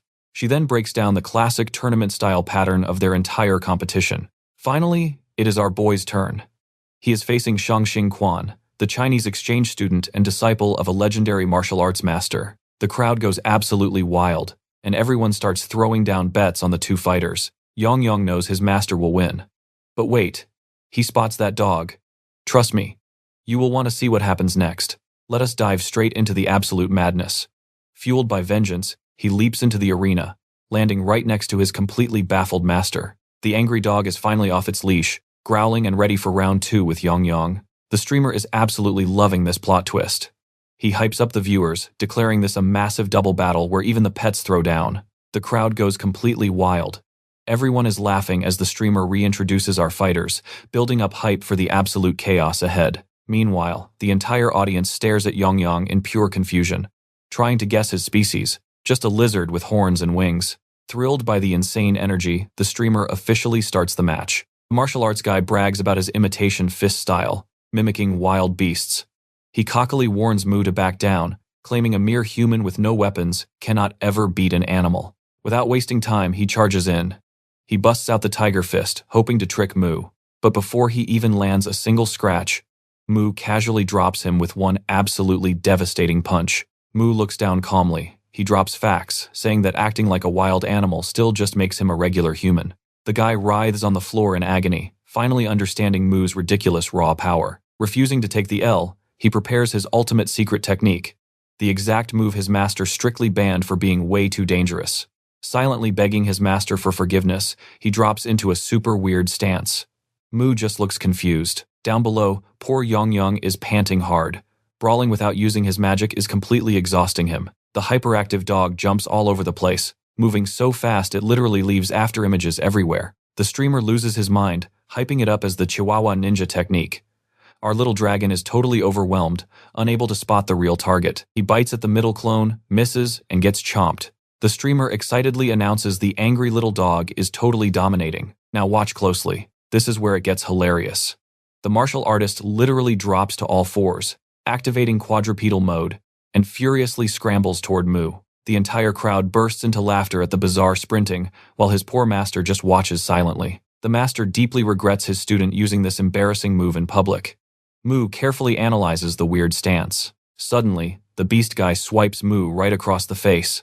Mu touches his bleeding cheek, realizing a real tiger claw would have instantly killed him. His playful smirk instantly vanishes. The opponent rapidly swaps between insane animal styles, totally overwhelming Mu with crazy, unpredictable attacks. Things suddenly get tense, but that tension quickly flips into pure excitement. Mu spots the dog fighting below, and everything clicks together. If this dude insists on fighting like a wild animal, he definitely has an animal weakness. Mu bends his knees, flexing every muscle with explosive power. In a flash, he launches himself miles up into the sky. The martial artist looks up in pure shock.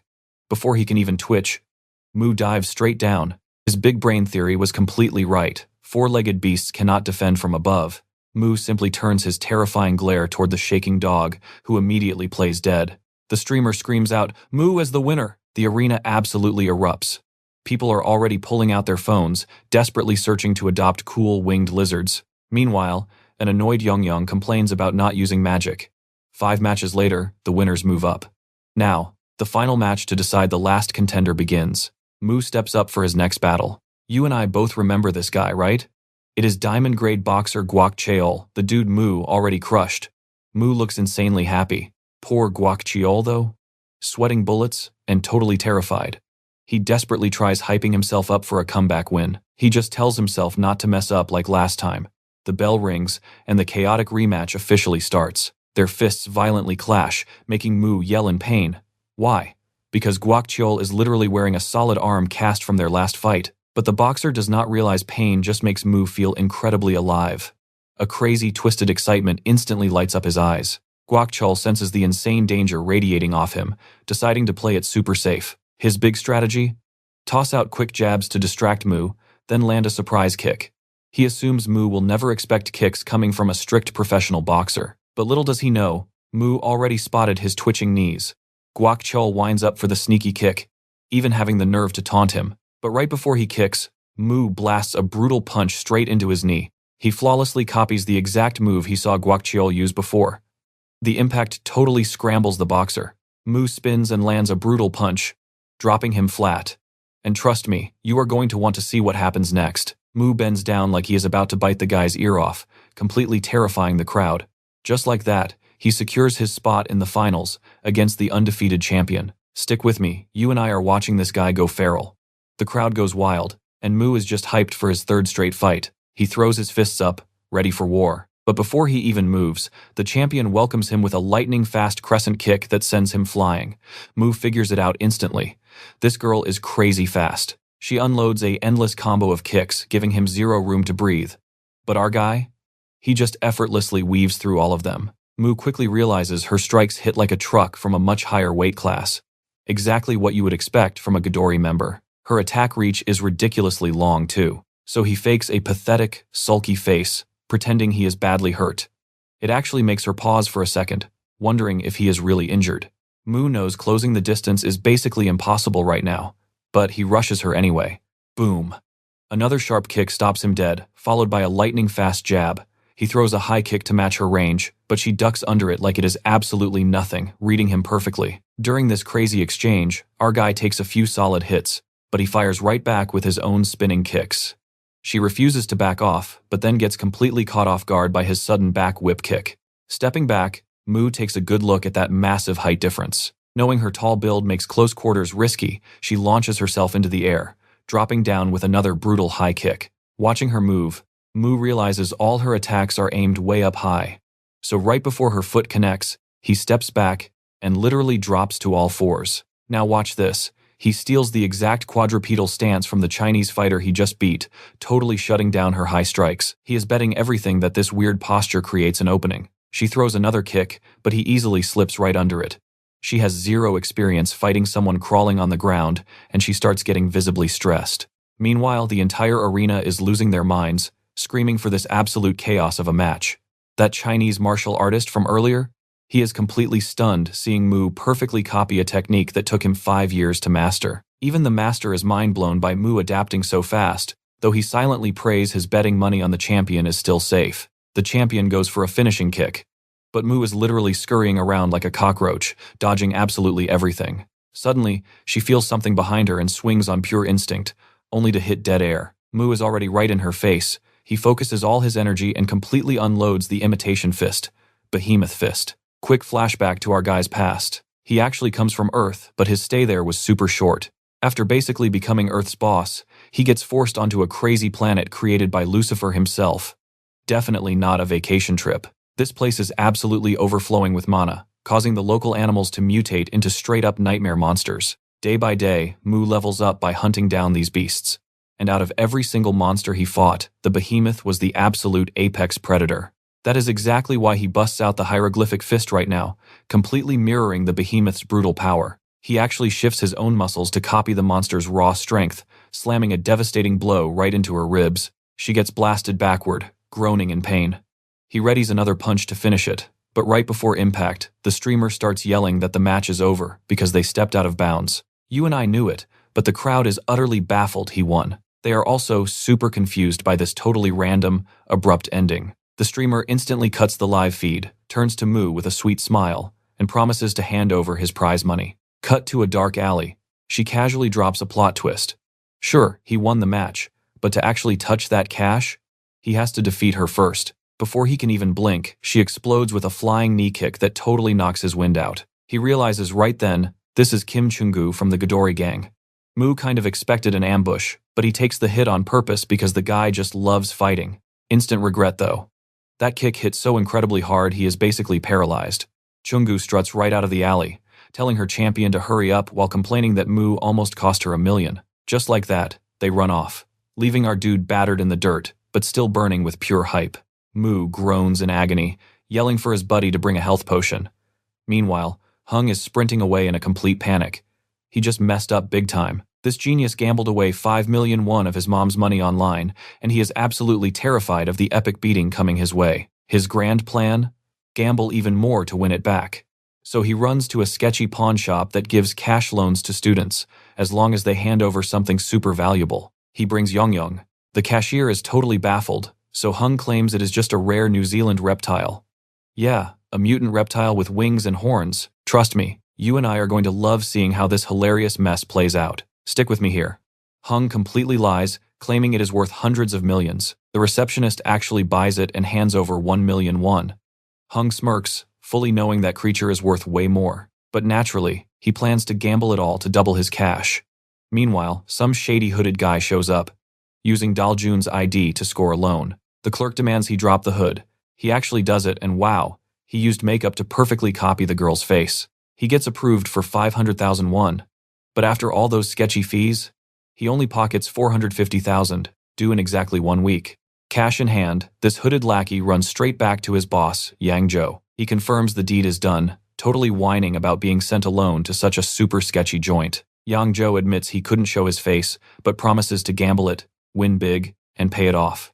Back at the loan office, that clerk is just playing with Daljun's ID. A lackey asks if they will actually get paid.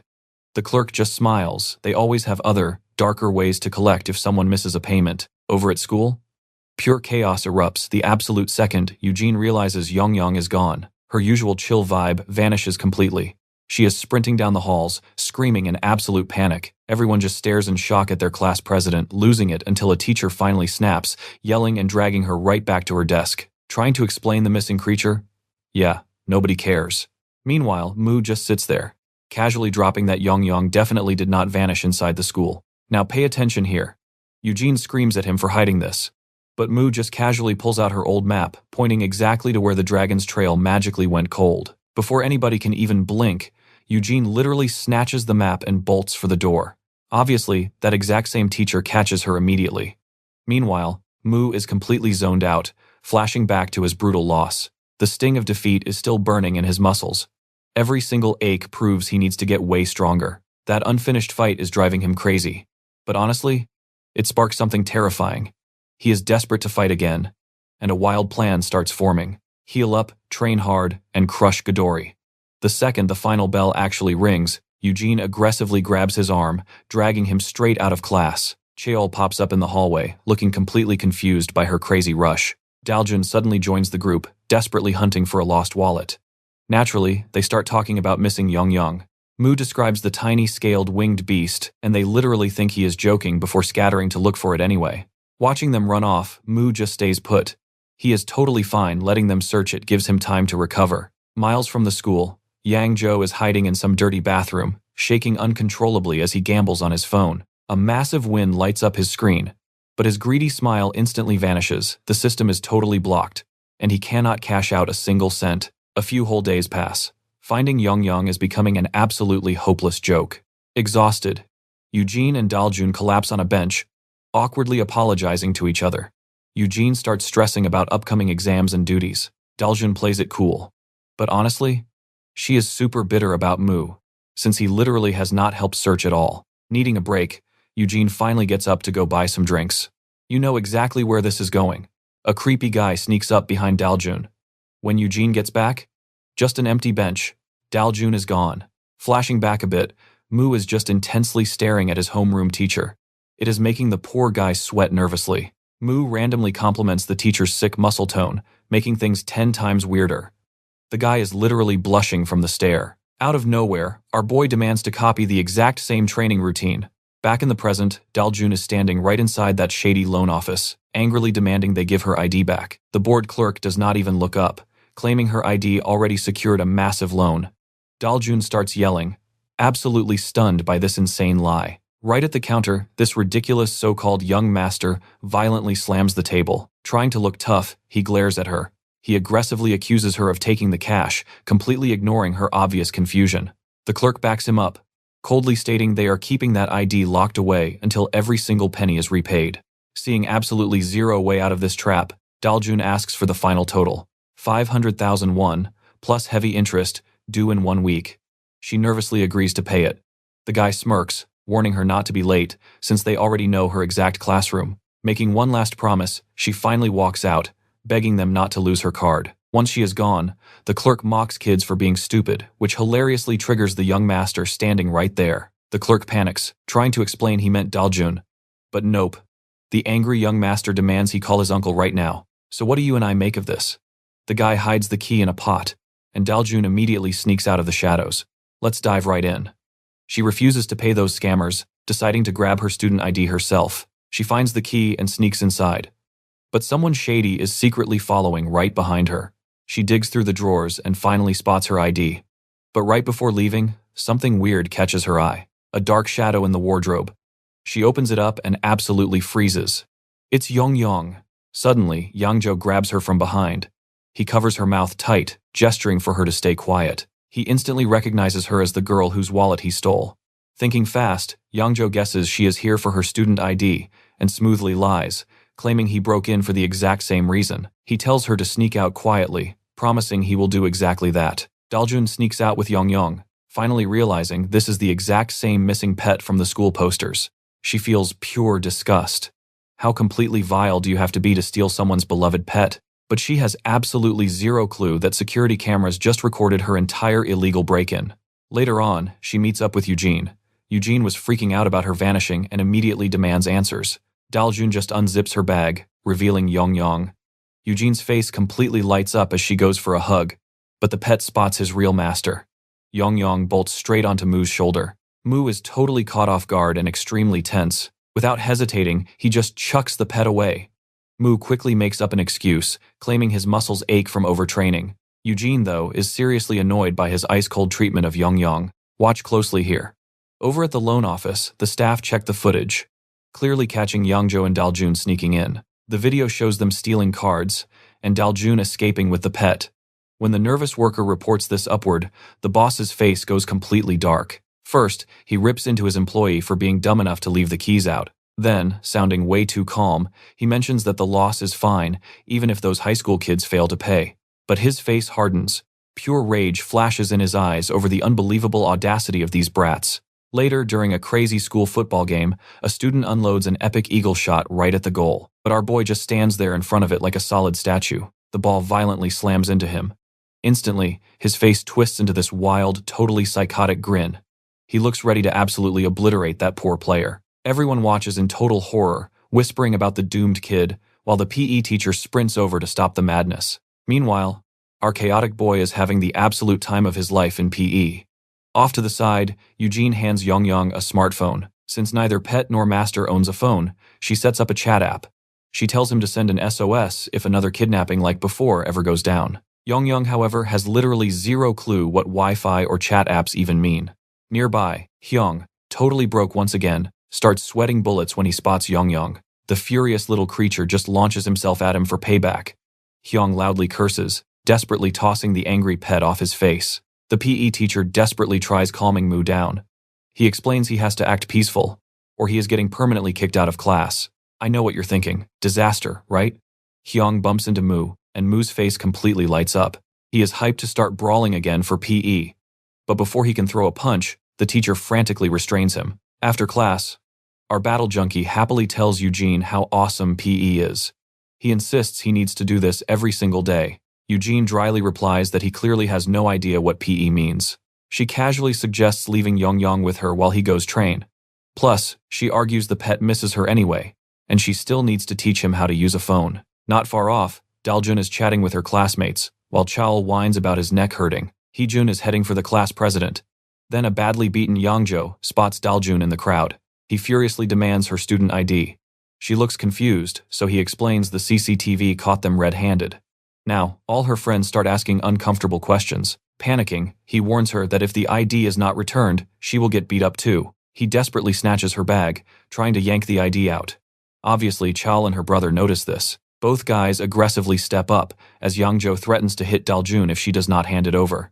Before he swings, the boys strike.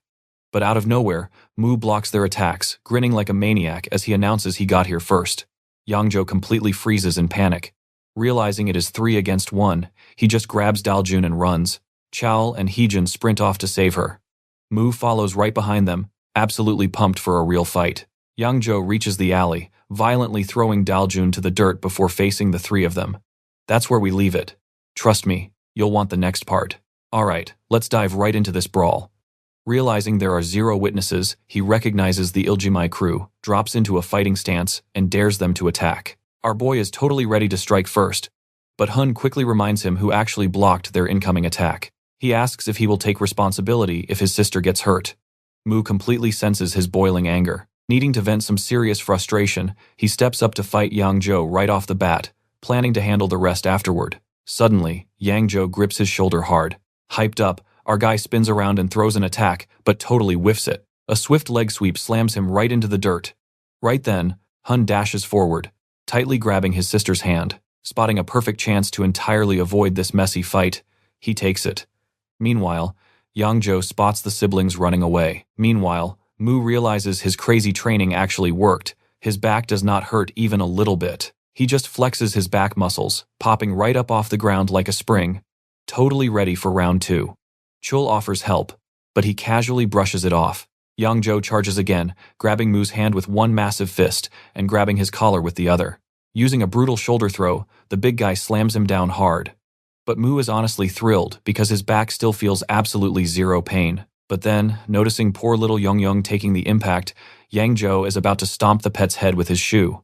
Watch closely here, things are about to get wild.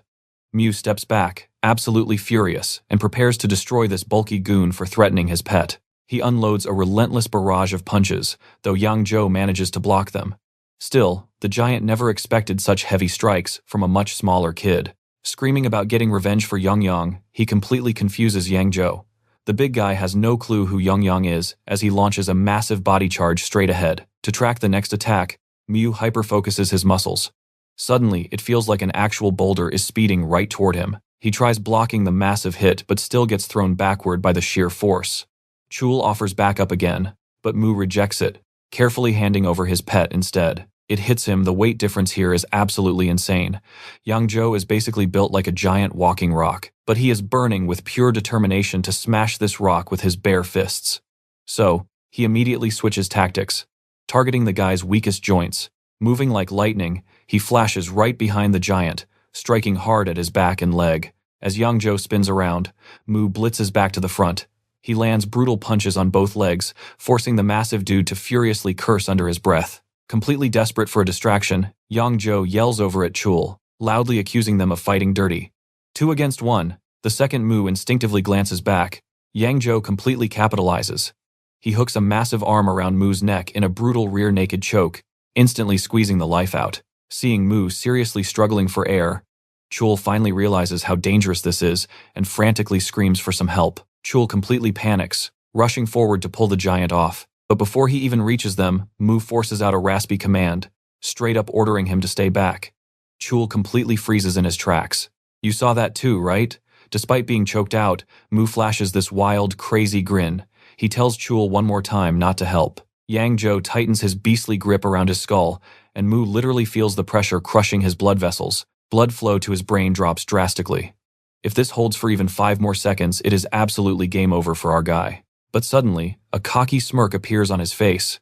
He completely activates his insane neck muscle strengthening technique. Instantly, he sharply flexes those neck muscles with crazy power. The ultimate escape plan perfectly forms in his mind. If he can just force a tiny gap between his throat and that huge arm, he will overload his forearm muscles to maximum power and completely rip himself free. Boom. With one explosive burst of raw power, he dumps all that energy and violently tears himself right out of Yang Zhou's grip. The giant's arm actually shakes from the sheer force. Furious, he stares down Mu and starts mocking him. Our boy intensely studies him, quickly realizing that Yang Zhou's solid defense is finally weakening. This is it. Time to end things with one perfectly timed, massive strike right down the center. He tightly clenches his fist. Flashback to a few days ago, the gym teacher tells him to watch closely during a machine demonstration. He explains that perfect posture is basically the biggest secret to working out. Holding the heavy weight at full extension, the trainer proves how insane control changes everything. He notes his lower body feels completely grounded. His muscles glide perfectly through all 10 reps, delivering some seriously amazing gains. Finishing up, the trainer turns around to see Mu, who is casually holding the weight exactly like him. Shocked, he asks if Mu seriously plans to keep training like that, noting the weight must be crushing his neck. But our guy just locks it in, pushing through the intense strain. The stunned trainer watches him very closely. He quickly warns him against pushing too far, but Mu just grins, casually saying he feels perfectly fine. But here is the crazy truth. Mu had literally mastered controlling every single muscle fiber. They all responded exactly to his command. So what do you and I make of this guy? Shifting muscle density at will makes him absolutely unstoppable. Stick with me, you and I are about to see something wild. Smashing solid stone is easy when your whole body becomes one unstoppable weapon. He usually hides this. But now, game on. Back in his memories, the trainer just stands there completely speechless as Mu easily reps the insane weight. Snapping back to reality, Mu literally shifts his muscle fibers from his left arm to his right. He is packing all that raw power into one spot. Chael checks in. Remembering his buddy's last match, Mu finally realizes that his friend was actually spot on. Boom. He dashes forward, channeling every ounce of strength, and smashes his fist right into Yang Zhou's gut. A direct hit. Yang Zhou instantly drops to the floor like a sack of bricks. Mu just towers over him, flashing a wicked, dark smile as he silently takes the epic win. Cut to Heejun and Dalgun casually strolling back home together. Heejun shoots her a look, straight up asking about that creepy guy stalking her lately. Dalgun stutters, finally admitting she just wanted to protect her brother from the drama. She lost her wallet a while back, and somehow that tiny mistake blew up into a massive nightmare with stolen identification and missing cash. She spills the entire crazy story. Hearing this, pure rage takes over Heejun's face. He instantly knows that playing nice is not going to fix this. This creep will just keep hunting Dalgun, using that fake debt to ruin her. Zero hesitation. Heejun whips out his phone, dials the class president, and casually drops out of their hangout plans for the day. Now watch closely, here is where it gets absolutely insane. Over at the loan office, the boss is casually talking soccer, right until the door bursts open. Heejun storms in, seeing absolute red. Before anyone even blinks, his fist obliterates the boss's face. Then another punch, and another. He is just destroying this guy without a single second of hesitation. The loan shark freezes, completely terrified.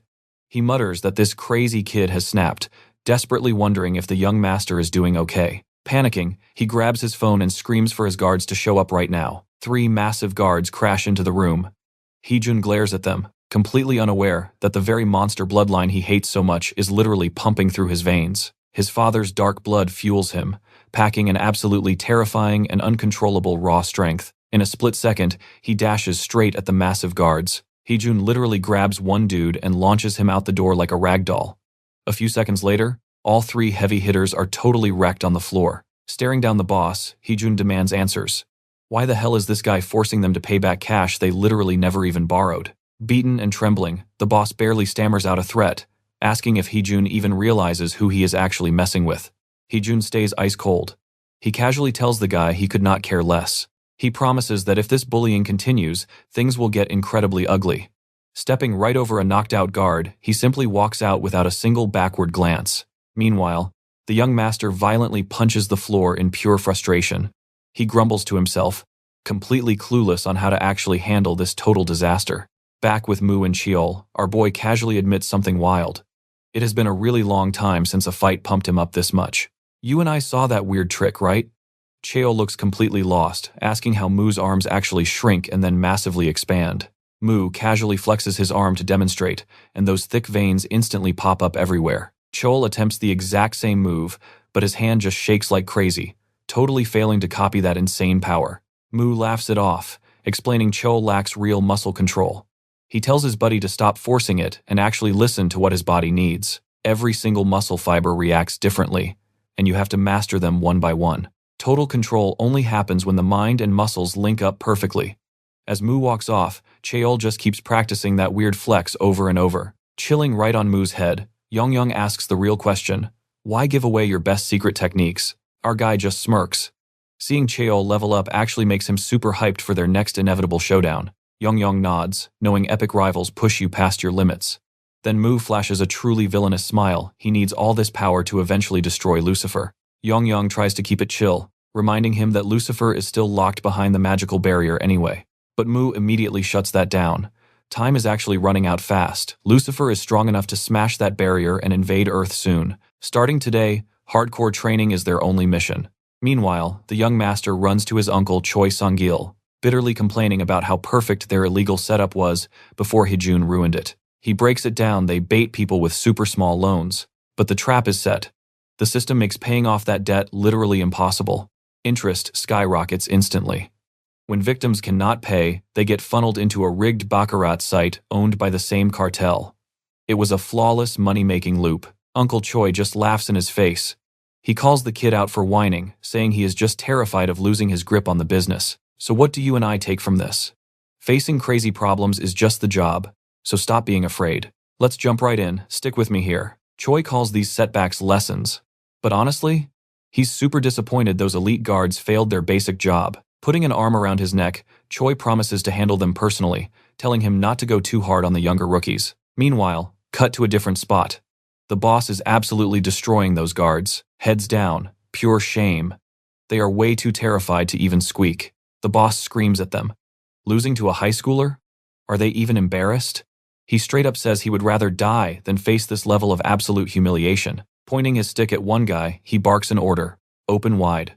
He shoves a weird pill inside and orders him dragged off. The warning is simple, spit that pill out, and you are dead on the spot. Over in the elevator, Chung-gil breaks down the entire business model. Sure, operations are smooth, but the problem? Their main targets are just broke students. No cash means tiny profits, and that is not gonna cut it. Stepping out of the elevator, Choi points right at the crazy scene ahead. A massive crowd surrounds an underground fighting ring. The nephew looks totally confused. What is happening? Now watch closely, this is where it gets crazy. Choi explains the big money is actually in gambling, and rigging the fights is everything. He points his nephew toward a fighter stepping into the ring. Yep, it is the collector, but totally changed. Disgusting veins bulge everywhere. Shocked, the nephew remembers what his weak subordinate used to look like. Was he hiding this insane form the whole time? Round 1 starts. The opponent rushes in, but the roided-out collector dodges it effortlessly. He counters with lightning-fast strikes, fighting like an absolute beast. He is just laughing, drunk on all this terrifying new power. Choi flashes that exact same pill and explains the magic. One tiny pill. That is all it takes to rig every single match. He literally plays God, deciding every winner and loser. His nephew's eyes practically pop out. Could he actually use this stuff to finally crush his own enemies? Meanwhile, Mu wraps up his gym session. Dude is completely transformed. We are talking massive, shredded muscles and pure absolute strength. He flashes a smirk. This insane training method? Way more fun than he thought. The trainer is just standing there, speechless, staring at Mu's ridiculously thick veins and rock-solid muscles. He has trained hardcore athletes, but nobody transforms this fast. Suspicious. The trainer flat out asks if Mu is secretly using performance-enhancing drugs to get these gains. Mu starts to say yes. The trainer panics. But before the health lecture begins, our boy explains the actual truth. I know what you are thinking. His real drug? Lucifer calling him weak. He remembers the warning. To fight a monster like Lucifer, his current power level was basically a joke. He needed way more. Suddenly, his phone goes off. Yang alerts him, and when Mu picks up, it is Eugene screaming on the other end. She is super annoyed, demanding to know where he is hiding. They have been missing for a whole week, and she wants coordinates right now. Our boy plays it cool, calmly saying he just needs to test if his crazy training actually worked. Cut to the street, where those 2 Gadori girls are chilling and counting cash. Chungu counts the livestream earnings. 8 people joined, and the broadcast donations were rolling right in. Suddenly, a shadow blocks their light. They look up, and bam, Mu is standing right there. He scratches his head, admitting it is awkward. He totally thought they would have learned their lesson by now. Chungu smirks, doubting his strength. Boom. She launches forward, smashing her knee right into his chest. Perfect hit, and she lands back down like a ninja. Yang panics, checking for injuries. But our boy just grins. Chungu stares at him, completely confused. Mu thinks back. He played it smart this time, increasing his muscle density to turn his own body into literal armor. Before his glow-up, he never had the mass to block hits like that. But now, 0 damage. He just steps right forward and drops an absolute flurry of brutal punches straight at Chungu. The tables have completely turned. A heavy kick lands perfectly, sending shockwaves ripping right through her body. Then he just grabs her by the leg and casually hoists her into the air. Chungu glares daggers at him. Does he really think a few extra muscles mean game over? Wham! She elbows his leg, forces him to let go, and lands safely. She admits he is better. But now, the kid gloves are coming off. She dashes in, horizontal elbow, rising strike, and finishes it off with a crazy spinning elbow straight to his face. But as she goes for the next hit, she freezes. Wait, our dude is not even trying to dodge. Instead, he grins. Gotcha. Trust me, you will want to see what comes next. Alright, you and I are jumping right into the chaos. Mu's muscles bulge as he grabs Chungu's shirt, launching her over his shoulder and slamming her down hard. He raises his foot for a brutal stomp, but she desperately rolls away. Firing up every single muscle in his upper and lower body, Mu launches himself forward like a missile. Boom! He crashes straight into Chungu like a human battering ram, sending her flying backward. The other Godori member sprints in, catching her mid-air before she eats dirt, frantically checking if she's alive. Chungu immediately realizes Mu's power is officially way above Youngjo's tier. Her partner steps up, charging right at Mu with a massive heavy kick. Our guy instantly spots her insane reach advantage. His counter? Closing the distance in an absolute blur of speed. Her eyes go wide in pure shock. Mu is way faster than before. But before he can land a hit, Chungu darts in from the side, smashing a vicious elbow right into Mu's face. The other girl instantly follows up with a brutal kick. Their tag team rhythm is absolutely flawless. Mu guards with his arms and shoulders, tanking hit after heavy hit. He definitely feels the crushing weight of their combo, but he refuses to budge an inch. The brutal training actually paid off. His past self would have been completely wiped out by now. Still, there is one massive problem. Every single time he tries to rush the partner, Chungu blocks his path completely. Their crazy teamwork shuts down his offense completely. So, he figures his best bet is just brawling both of them at the exact same time. Mu actually mocks their little friendship combo. Then, grinning like a madman, he yells out to Yongyong, claiming he just figured out the perfect counter strategy. Yongyong just stares blankly, totally confused by what his master is plotting. Now watch closely, because this is absolute madness.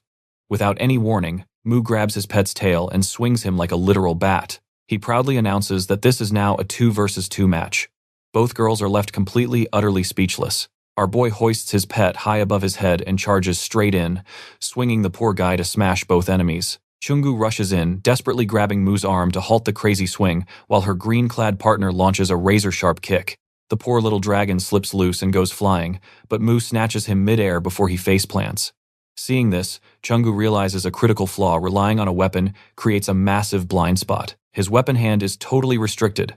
Closing the gap completely destroys his weird tactical advantage. Without hesitating, she instantly steps into his guard and drives a devastating uppercut right into Mu's jaw. But wait, Yongyong slips free again. He spins beautifully through the air, crashing directly into the Godori's face with a flying dragon kick. Simultaneously, Mu delivers a brutal, skull-crushing headbutt to Chungu. He flexes his neck muscles right before impact, smartly protecting his own brain from the wild shockwave. When two heads clash with equal power, the one taking the hit always suffers way more. A massive, comical lump instantly swells right on Chungu's forehead. Her partner scrambles to check on Chungu, then furiously sprints at Mu, throwing a vicious kick at his ribs. But Mu just hardens his core muscles and catches the leg straight out of the air. Bam! He slams his elbow mercilessly down onto the trapped leg, making the girl scream in agony. But the champion reacts fast, whipping her free leg around to kick Mu square in the face. Mu's eyes snap wide open and he catches that leg too. Now holding both her legs, he literally pauses to think. You and I know grappling is his usual style, but this setup is begging for a nasty joint lock. He brutally twists both legs into a locking hold, leaving his opponent totally helpless as the legendary ancient Egyptian joint lock fully takes over. The champion shrieks as blinding pain shoots through her body, absolutely terrified that her legs are about to snap in half. She desperately screams her surrender over and over, admitting total defeat.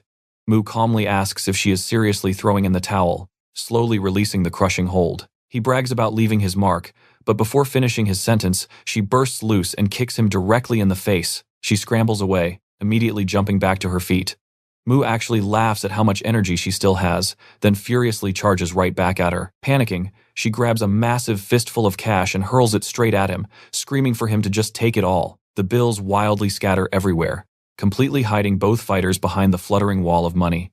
When the cash clears, our dude is standing totally alone.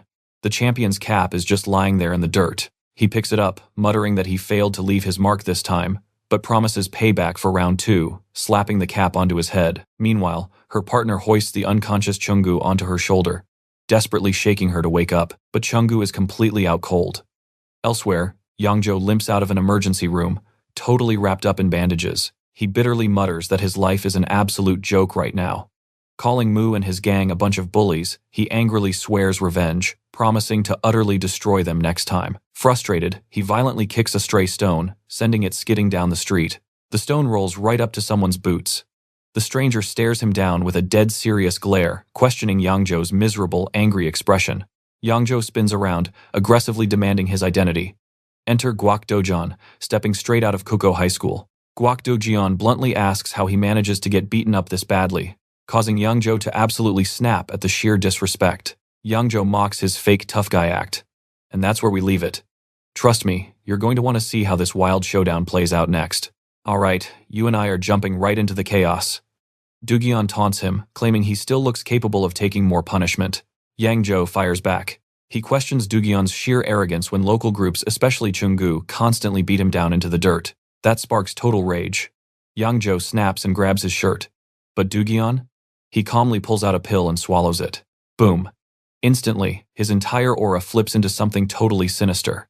Dojian glares, warning Yangzhou that if he keeps running his mouth, he's personally going to knock out every single tooth. Cut to later.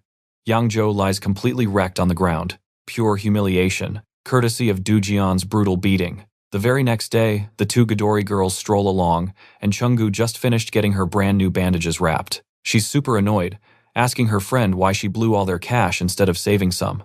Her partner fires back that she even lost her precious hat during the chaos. They both whine about the whole day being a total, utter bust. Suddenly, Dojian blocks their path. Chungu snaps, demanding to know what he wants. In dead silence, Dojian just pulls out another mysterious pill and swallows it. Once again, that dark, heavy aura explodes. He cold-bloodedly states it's their fatal bad luck to run into him. The absolute second that pill goes down, his chest literally glows, pulsing with this insane raw energy. He creeps closer.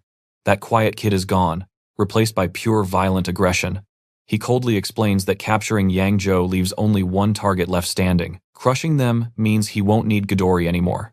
And after that happens, he's claiming the throne as their brand new leader. Now watch this part with me. Unnatural power floods his veins, and he lunges with wild strength. Chungu freezes in shock as he grabs for her head, barely dodging his brutal attack. He doesn't even pause, throwing a relentless barrage of non-stop savage strikes. Her partner jumps in perfectly, launching a massive kick to back him off. Meanwhile, Chungu attempts a brutal elbow counter straight at his skull. Both girls freeze in absolute disbelief. Her perfect kick? It literally felt like slamming into a wall of solid steel. Dojian's entire body feels unnaturally dense, way tougher than any normal human muscle could ever get. He casually catches her leg and delivers a devastating punch straight down. A sick, bone-cracking sound echoes as she collapses to the dirt, screaming in pure agony. Chungu screams a loud curse and unloads a furious combo of wild punches. But this absolute beast doesn't even flinch. He simply catches her fists, laughing that her hits actually tickle. Then he grips her face. She gasps in sheer terror, totally clueless about how he got this insanely overpowered. Dojian mercilessly slams her head straight into the hard floor. The sheer force actually leaves cracks along the wall. Chungu struggles up again, but Dojian just laughs, mocking their weakness. As Chungu completely collapses, he turns his back, looking ridiculously proud.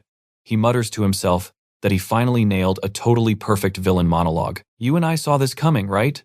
Later, the injured girls rush to the hospital, while Dojian meets the hooded guy who praises his wild performance. Panting hard, Dojian immediately demands to know what the heck he just swallowed. This raw power feels totally insane and completely uncontrollable. The hooded figure coldly tells him to focus on finishing the mission. Taking down the rest of the Midori members completes their little deal. Dojian gets cocky, boasting he could crush anyone right now. Then he genuinely asks, if this pill is so broken, why doesn't the hooded guy use it? The mysterious guy silently remembers his uncle's heavy warning. These pills pack terrifying side effects. The bigger the power boost, the worse the physical damage. The user's mind turns violently crazy, and taking it too much literally makes your body explode. Snapping back to the present, he smoothly lies, claiming he prefers safe herbal medicine. Dojian looks utterly confused about the herbal medicine comment, but gets absolutely zero explanation. Meanwhile, our boy is actively hunting down those Midori girls. Eugene mentioned earlier that Chungu also goes to Whistle High School. Little Yang pops right out of the bag, nodding to confirm. Mu awkwardly asks for directions, but Yang totally roasts him for acting like a boomer who still needs map drawings. Flexing modern tech, Yang uses the phone's navigation app to guide him straight there. Mu, rocking the stolen cap, pulls up to the school gates, exactly as that Midori member hobbles outside on her crutches. She instantly recognizes her lost hat right on his head. After sorting that out, she brings our guy straight to the hospital, where Chungu looks like a heavily bandaged mummy. Mu casually asks what the heck happened. She sighs, explaining that some absolute psycho ambushed them yesterday out of nowhere, completely wrecking her into this state. She clearly states it wasn't our dude's fault, adding that they already went ahead and reported the entire brutal incident to the police. They haven't spotted the attacker since, and Dugyeon has practically vanished from the school campus entirely. Suddenly, a really loud noise echoes right behind them. They whip around to see another patient in the next bed. It's Yang-jo, fully wrapped in bandages, screaming Dugyeon's name in pure rage. He violently struggles to sit up, cursing him out nonstop. The doctor bursts in, totally panicking as Joe's body starts to shake uncontrollably. He frantically yells that the patient is going into shock, desperately hunting for the missing heavy painkillers. So what do you and I make of this? Yang-jo admits that despite hating our boy, he has a massive warning. Dugyeon has completely changed into a monster after swallowing some mysterious pill. Alright, stick with me here. You and I are about to watch the ultimate underdog become an absolute monster. Mu listens closely, totally realizing his first impression of Dugyeon was completely off base. But seeing his buddy Yang-jo beaten to a pulp leaves him zero options. He decides to hunt Dugyeon down himself and asks where he is. The Ghidorah champion shakes his head. Nobody knows. Even the cops are coming up totally empty, so our boy decides to track this guy down completely solo. Later on, Mu is lugging some heavy boxes, hiding behind his teacher. Meanwhile, the teacher is rambling about daily exercise, claiming it is definitely not just free labor. While listening to this rant, Mu's mind drifts. How exactly do you track down a guy who vanished off the face of the earth? Meanwhile, somewhere else entirely, Dugyeon is gripping a photo of Hee-jun while on a call. He smirks, telling the boss that his target has finally showed up. The guy on the phone snaps back, warning him not to blow his cover by acting crazy. Dugyeon just hangs up, super annoyed about waiting. Then, right from the classroom window, he locks eyes with Hee-jun standing outside. He checks the photo. Bingo. Without missing a single beat, he swallows a sketchy pill, kicks the door open, and screams Hee-jun's name. Hee-jun turns around, confused, just to see Dugyeon pointing right at his face. Now watch this. He swears today is Hee-jun's last day alive, storming in with crazy eyes and terrifying the whole class. The madman literally grabs a chair with a student still sitting in it and hurls it straight at Hee-jun. Hee-jun barely dodges.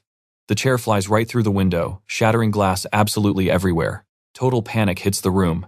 Kids are screaming, begging for a teacher, but Hee-jun actually steps up, demanding to know what this psycho wants. Dugyeon just charges at him like a wild animal, screaming that fighting back is totally useless. Boom. One punch sends Hee-jun crashing hard into a bookshelf. A second strike comes flying in. Hee-jun ducks, and Dugyeon's fist smashes right through the wood. Hee-jun realizes he is a sitting duck if he just plays defense. He clenches his fists, yelling out that he is not going down easily. Going all in, he lands a brutal punch right on Dugyeon's chest, actually making the big guy flinch. Gaining confidence, Hee-jun follows up with another heavy strike, forcing Dugyeon to stumble. But Dugyeon just smirks, laughing off the hit like a literal tickle. So, Hee-jun throws one more desperate punch, but Dugyeon simply catches his fist, crushing it until a nasty crack echoes through the entire classroom. Hee-jun screams out in pure agony while the other students lose their minds, shouting. Out in the hallway, a massive crowd is gathering. The noise is deafening. Suddenly, Daljun and Cheol push their way to the front. Seeing her brother getting tortured, Daljun literally rips off her slipper and chucks it hard. Smack. Dugyeon turns around, glaring daggers at her. She just screams at him to drop her brother immediately. Dugyeon ignores her, raising his fist and stepping closer. But before he swings, Cheol blasts in from behind with a massive punch, yelling that he cannot just trash another school. You saw that, right? That split-second distraction lets Hee-jun rip his injured hand completely free. He quickly thanks Cheol, then glares at Dugyeon with pure, burning rage. He growls that targeting his little sister was a fatal mistake. Running on pure, unfiltered rage, he charges straight back at the giant. Downstairs, the teacher finally hears the absolute mayhem. Kids are sprinting past, whispering about some wild Ghidorah gang brawl breaking out. He stops a kid, demanding answers. The student panics, blurting out that a massive fight is destroying the third-year classroom, totally cursing the bad kids. The teacher sprints toward the disaster. Meanwhile, Mu drops his heavy boxes the second he hears the commotion. His eyes literally sparkle with pure hype. He dashes straight toward the classroom, desperate for action. Right then, little Yongyong senses danger. He pops out of the bag, urgently warning Mu that there is heavy mana in the air. Back upstairs, Heejun rushes in swinging, while Cheol flanks him perfectly. Doojian catches Cheol moving in, snapping his focus over and raising a heavy fist. Cheol smoothly dodges it. He realizes this meathead only relies on raw power, throwing simple punches that are totally easy to avoid. Roaring like a beast, Doojian spins for a massive follow-up strike, but exactly then, Heejun delivers a brutal, precise kick right to his shin. The heavy impact drops Doojian straight to one knee, grinding his teeth in absolute rage. Heejun uses the opening to brutally jab Doojian right in the eye. After all, even a tank has a few soft spots left. Heejun and Cheol unleash a wild combo, landing hit after hit. But insanely, Doojian just stands right back up, swearing. His crazy eyes lock onto a random student. He sprints over, yanking the kid up by his collar, screaming for another pill. The poor student just sighs, wondering why his day keeps getting infinitely worse. He demands one more pill to catch his bounty. Trust me, you want to see what's next. Stick with me, here we are, about to witness some absolute top-tier manhwa chaos. The angry loan shark screams about unpaid debts, shoving one last pill into the trembling, hooded kid. Heejun figures it out instantly. He is the mastermind. Pure rage takes over, and he glares daggers at the guy, who starts sweating bullets. The coward curses Deokjun for ruining things and aggressively forces another pill down his throat. He screams at him to utterly obliterate Heejun. Deokjun just blindly accepts the messed up order. Heejun steps up, warning them they crossed a major line. But before he even finishes, Deokjun unleashes this juiced-up power and blasts him backward. That massive shockwave literally launches poor Chul straight out a nearby window. Daljun starts mutating, grotesquely warping into a literal beast.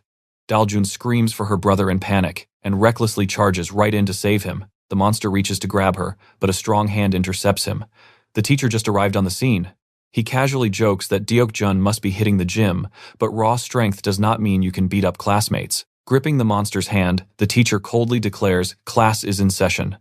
Deokjun trembles, trying desperately to overpower the guy using brute force alone. The teacher instantly realizes this kid is way too dangerously strong, bolts outside, and starts screaming for the police. Now pay close attention, because here is the exact moment everything gets totally wild. Our boy Mu finally drops in, with Young pointing out the insane mana. Mu glares over at the random students standing around, who hilariously point at Young and confidently claim the little guy belongs to them. But as the kid steps up, he completely slips on a random shoe.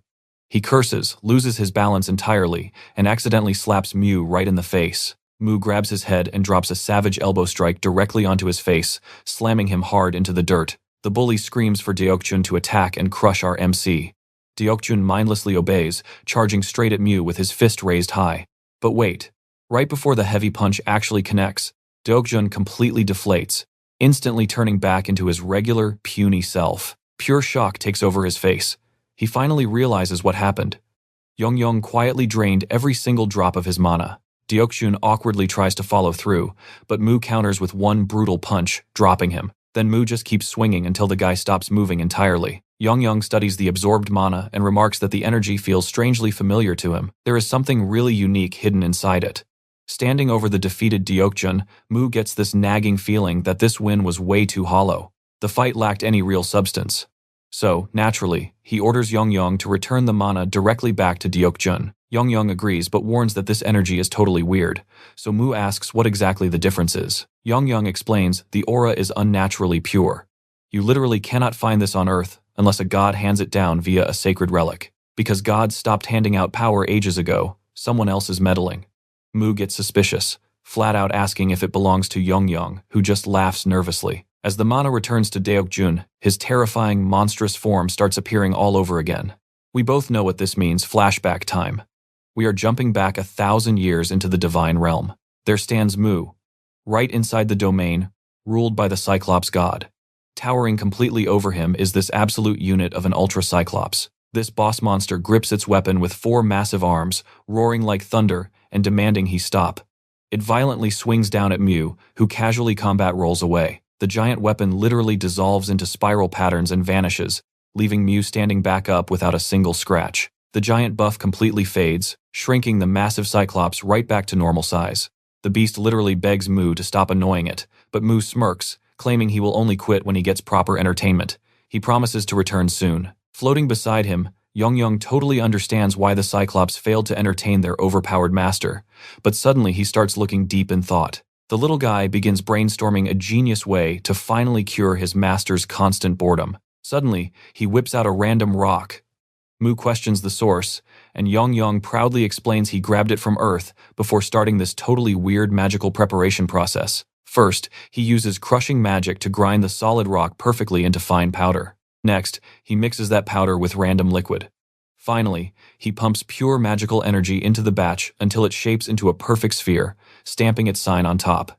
Once entirely finished, he proudly presents his masterpiece to him. Young explains the finished product is basically special dough infused with extreme body enhancement magic. His idea?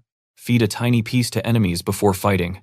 It will totally skyrocket their strength, making the battles way more interesting for Mu. To show how it works, he snaps off a crumb, warning that just this little bit is one proper serving since the buff magic is stupidly highly concentrated. But Mu completely ignores the warning and downs the entire remaining chunk. Young panics, but Mu instantly teleports away before the guy can even finish speaking. A second later, raw power explodes through his veins.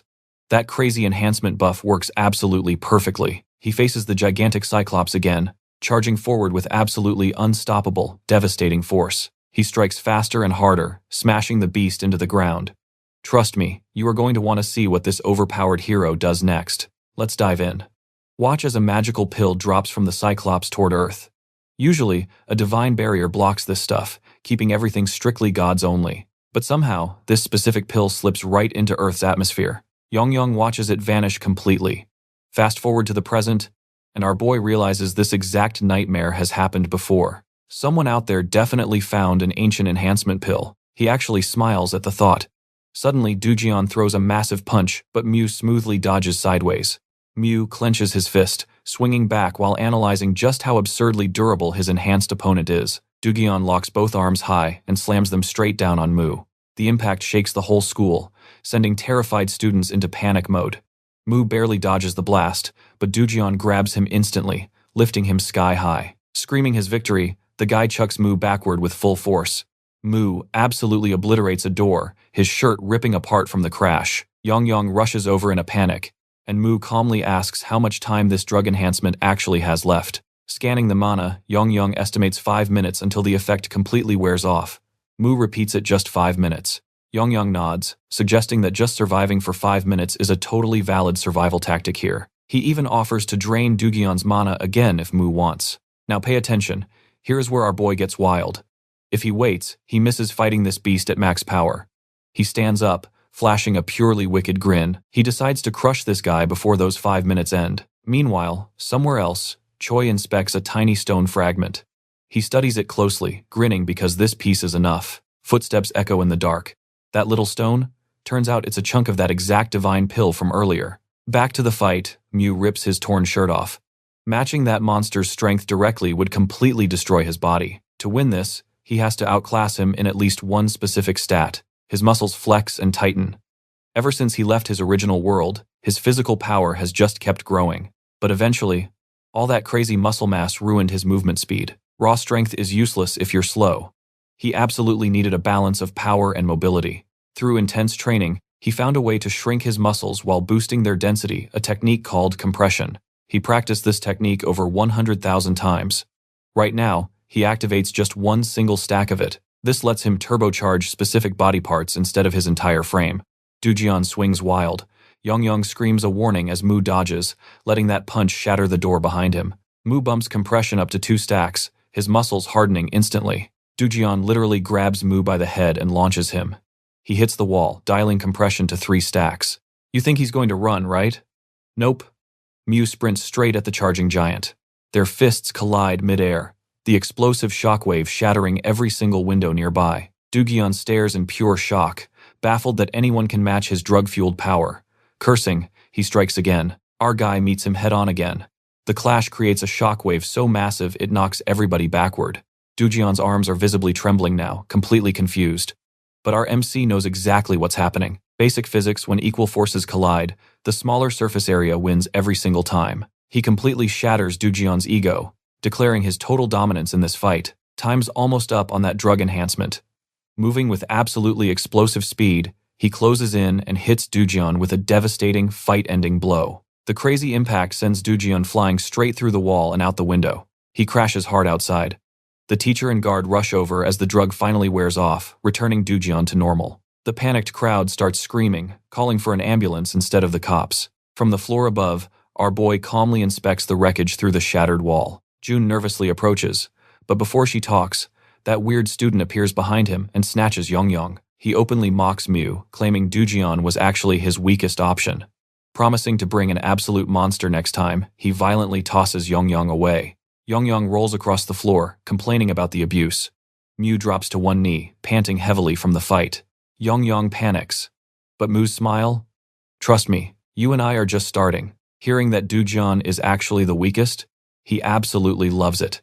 His expression darkens, a totally twisted grin spreading across his face, completely freaking out poor Yongyong. Stick with me here, our boy demands to fight these top-tier opponents. Yongyong starts sweating bullets, watching his master completely lose his mind with excitement. Meanwhile, somewhere else, Choi crushes a glowing blue stone into powder. Suddenly, his whiny nephew rushes in, practically begging for more enhancement pills. Choi asks how he burned through them so fast, making that batch took months. The kid awkwardly admits he popped 2 pills in one fight and still got completely wrecked. Choi just stares at him, absolutely speechless. Losing after taking 2 pills? Literally impossible. Before they can argue, a loud crash makes them snap around. The door flies open, and Choi, furious, yells out, demanding to know how anyone got past their security. Mu stands in the doorway. Every guard outside is already knocked out cold. He steps inside, casually mentioning he got an invitation. Then, flashing a freezing cold smile, he looks around and demands to face their absolute strongest fighter. Rewind a bit. When that cocky kid bragged about bringing tougher enemies, Mu instantly demanded to know exactly where they were hiding. Hearing his master's order, Yongyong nervously opened his little mouth, spitting out a glowing red pill. Watch closely now. This glowing sphere instantly heals everything and insanely boosts physical power. Our boy swallowed it instantly, ready to head out. Right nearby, an injured Heejun and Cheol tried their hardest to hold him back. Cheol warned him it was way too dangerous and offered backup. Heejun also insisted on going, desperately trying to stop this from becoming a total disaster. Mu just walked over and suddenly snatched their injured legs, making both of them scream out in absolute shock and pure agony. Heejun was totally confused, asking what he was doing. But Mu rejected their help, completely dead set on handling this boss fight alone. He burst into insane, uncontrollable laughter before just walking away. Leaving them totally speechless, he marched straight to Chisung's building, where a massive security guard blocked him right at the front entrance. The guard openly mocked his ragged look, calling him a beggar, and aggressively demanded to know why he was there. Mu totally ignored the insult and kept walking, saying someone inside owed him a promise. The second that guard grabbed his shoulder to stop him and Yongyong, Mu smashed a punch directly into his face. The guard was launched backward, smashing right through the window. The remaining guards were completely stunned, then charged at him shouting crazy curses. But to Mu, they were literally just annoying little speed bumps. In seconds, every single guard was knocked out flat. Our dude finally steps inside, straight up demanding the absolute strongest fighter they have. The nephew starts panicking, pointing and screaming to his uncle. This is the absolute maniac who somehow fought through 2 of their top-tier enhancement pills. Yongyong protests, extremely annoyed at being totally insulted. Mu's aura instantly becomes dark and terrifyingly heavy, making that hooded nephew actually stumble backward in pure fear. He asks again, where is the strongest guy? Choi studies him closely, realizing anybody who solo wiped all their guards is definitely on a whole different level. He decides to test this crazy guy properly. Choi agrees to bring out the boss, but adds a catch. If Mu loses to anyone, he becomes their loyal servant for life. Mu accepts with an insanely confident smirk. He just tells them to bring it on. The nephew quickly jumps in, pointing at Yongyong. He demands the pet gets added to the bet too, which makes Yongyong absolutely furious about being treated like property. You and I both know Mu is too confident to care. He instantly accepts, and Yongyong realizes his master literally fears nothing. The battle arena gates swing wide open, revealing the first fighter. The nervous kid practically begs his uncle, asking if they can actually win. Choi smirks, bragging that just 1 pill lets a guy fight for hours straight. 2 pills? It turns them into an unstoppable monster. The strategy is simple, wear Mu down with 1 guy, then finish him off later. This first opponent is already enhanced, his eyes glowing a crazy red. The guy brags that even though his boss allowed murder, he will actually go easy on him. He charges Mu with pure killing intent. but Mu just calmly activates his insane grip enhancement mid-attack. Mu grabs the guy's arm and literally crushes it until bones snap. The fighter screams, dropping to his knees in pure agony. Choi's confident face instantly turns into pure panic. Then steps up fighter number 2, also pumped full of enhancement pills. He charges in hard, but our boy just powers up his legs and launches a flying knee with absolutely devastating, explosive force. The guy stumbles backward. Before he even blinks, a brutal, bone-shattering punch to the face launches him right into the wall with a massive crash. Mu just stands there, totally chill. He looks over at Choi, basically mocking him, asking if these weaklings were actually the strongest fighters they promised. Choi sweats watching this total massacre, promising that just one ultimate fighter is left. Opponent number 3 steps into the ring and chugs down 2 pills at once. In a split second, his entire body mutates. Muscles bulge, veins pop like an overfilled balloon. Trust me, you and I are gonna love this. Stick with me here, because our boy is totally shocked by this monster's extreme transformation. Mu figures this must be that stronger opponent Choi bragged about earlier. The giant casually calls himself the strongest guy here, and to prove it, he violently kicks another man into the wall, totally crushing him. Choi absolutely loves this brutal display, while Mu just silently watches the absolute destruction. When the giant finally attacks, even a light tap sends our guy sliding backward. He glances down at his feet, quickly analyzing the situation. He notices something wild. The transformation made this guy's legs way stronger than his upper body, basically turning them into deadly weapons, perfect for stomping and kicking. So what does Mu do? Tosses his shoes, drops to all fours, and activates Tiger Claw Fist, his signature quadrupedal combat style. The hulking beast raises a massive leg to crush him, but Mu dodges incredibly fast. Furious, the fighter curses, calling him a cockroach. But before that monster can blink, Mu launches his behemoth fist right at his face. Nope. The giant catches it mid-air, gripping his arm easily while laughing at the strike. Suspended totally off the ground, Mu unleashes an insane combo from every angle before driving a brutal knee straight into the guy's ribs. Landing back down, he sees blood trickling from the fighter's nose. But the giant just wipes it off, scoffing that they feel like bug bites. Watch closely here. Mu realizes his attacks lack real impact, so his mind races through options: target the joints, hit vitals, or boost his power. Before he can choose, the giant lunges and slams a heavy knee right into his gut, sending him crashing into the wall. Blood drips down Mu's face as the monster laughs, bragging about how a real knee strike feels. Mu steadies his breathing. Spreading his attacks out won't work anymore. He needs to focus everything entirely on weak points. Moving like lightning, he lands a super precise hit on the sternum, making the beast finally grunt. The monster curses out loud, countering with a storm of knee strikes, shaking the arena. Mu wonders if he just lacks power, then remembers anime logic: concentrating force onto a smaller point maximizes damage. Acting purely on instinct, he thrusts one finger forward like a spear. The strike stabs super deep, making the giant howl in pure agony. Then follows an insane finger barrage. Little Yongyang watches his master proudly. Up above, Choi curses, completely shocked someone could overpower a fighter hyped on 2 enhancement pills. He ditches his seat, charging downstairs while his nephew yells. Down in the arena, the huge fighter collapses, chest covered in puncture wounds. He violently drops to his knees, falling face first, totally motionless. You probably think this fight is over, right? Nope. Choi tosses another pill that rolls right next to the fallen guy. Choi signals that eating this pill guarantees massive money, flashes a weird victory sign, and mutters this extremely strange word: tateable. The fighter repeats it quietly. For a split second, it actually looks like he might refuse, but madness takes over and he swallows the pill desperately. The insane change starts instantly, his muscles swelling up until they look ready to pop.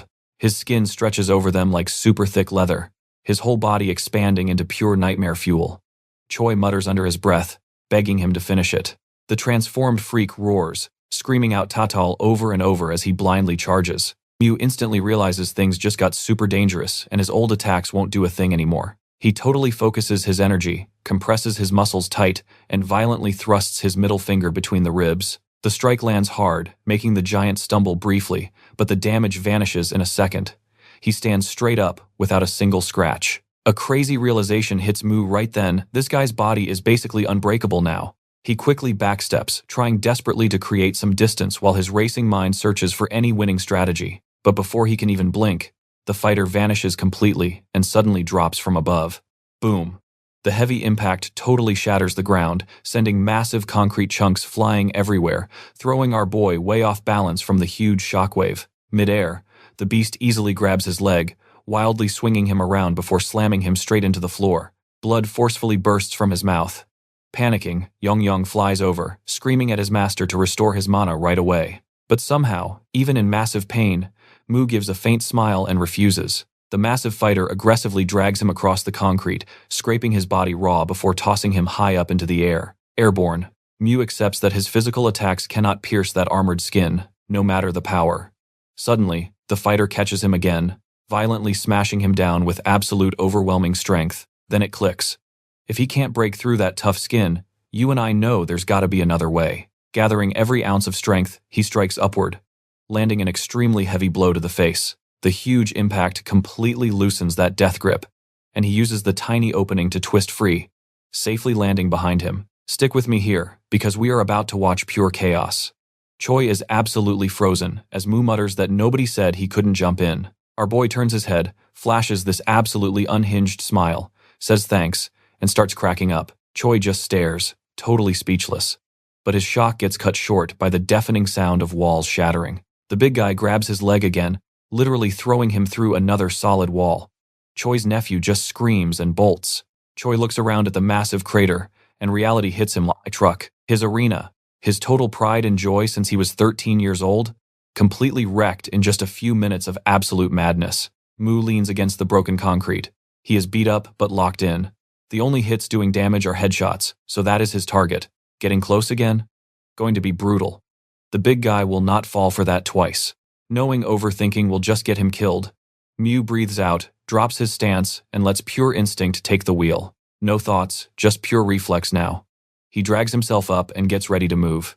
In a blink, the massive fighter completely vanishes and teleports right into his face. But Mu? He is already 3 steps ahead, dodging backward. Now watch this closely. The big guy freezes, only just realizing Mu already kicked him and bounced. Absolutely furious, the monster raises his fist, screaming that cheap tricks will not save him. He lets out a massive roar and charges straight in. Boom. Their fists smash together with such insane force that the shockwave blows both fighters backward. The huge guy is totally confused. How does Mu even have stamina left? Plus, that right arm has to be completely broken by now. But nope. Mu jams his fingers right into the monster's eyes, pulling them right out. Blood sprays everywhere as he lands another brutal punch on the exact same spot.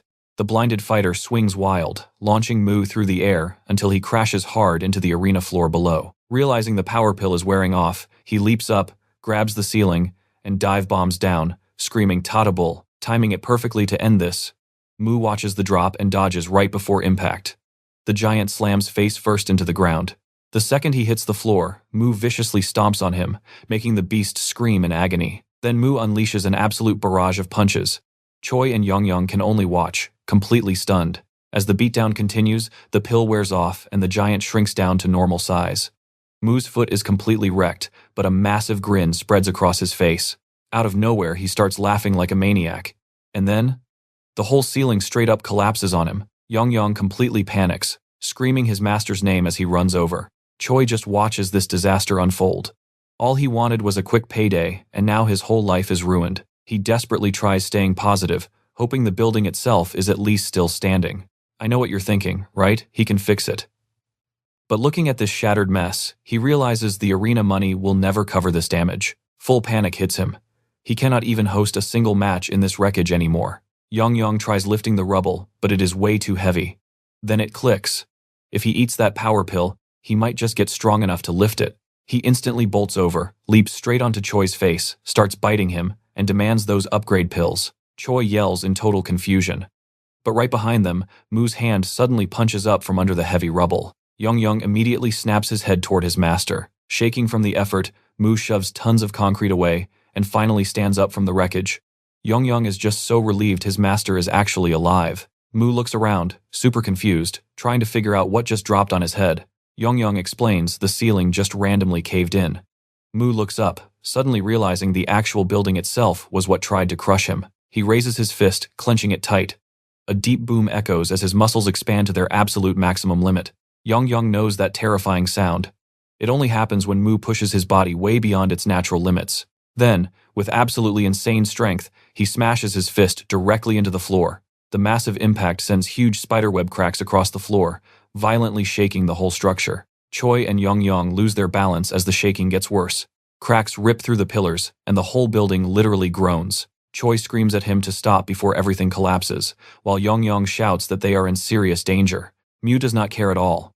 Hearing the word collapse, he smiles and decides that is exactly the outcome he is looking for. He punches the ground a second time, way harder. The deep fractures rip straight down into the foundation. And that's where we leave it. The entire building crumbles into dust, while Choi's nephew sprints for his life. Stick with me here, you and I are dropping right into the aftermath of absolute madness.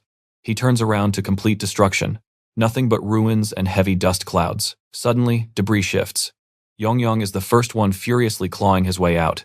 Nearby, Mu is completely wrecked on the ground, covered in brutal cuts, but weirdly enough, his face shows pure satisfaction. He lets out a weak laugh, calling the whole beating fun. Buried under the mess, Choi snaps to reality. His massive building? Gone. His cash and entire business empire? Completely turned to ash. Instant regret hits him about his spoiled nephew. But then, he spots the glowing enhancement dough sitting nearby. Yongyong looks at his master, kicking himself.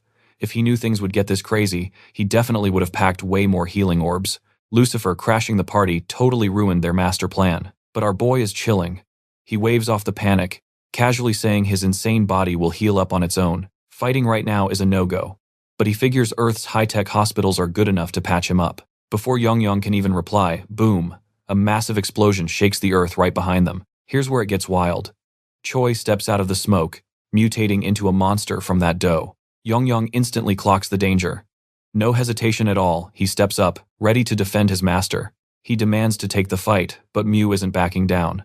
He stubbornly declares this battle is his to finish. But before taking a single step, his broken body totally gives out, dropping him hard. Towering like a giant, Choi screams about his ruined building.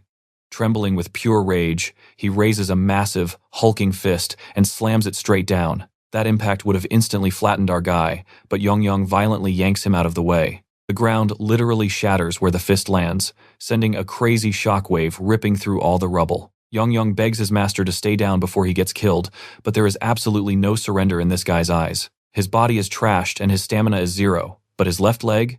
It still works. That is all he needs. He drags himself forward and channels every last drop of mana into that single leg. The target is locked. As Choi wildly charges in, Mu completely unleashes his ultimate power. A flawless strike hits dead center on Choi's heart. Boom!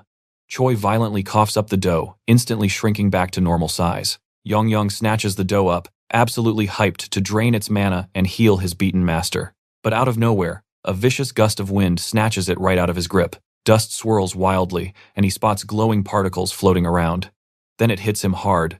This is definitely not normal wind. Earth having mana? We both know that's bad news. Crack!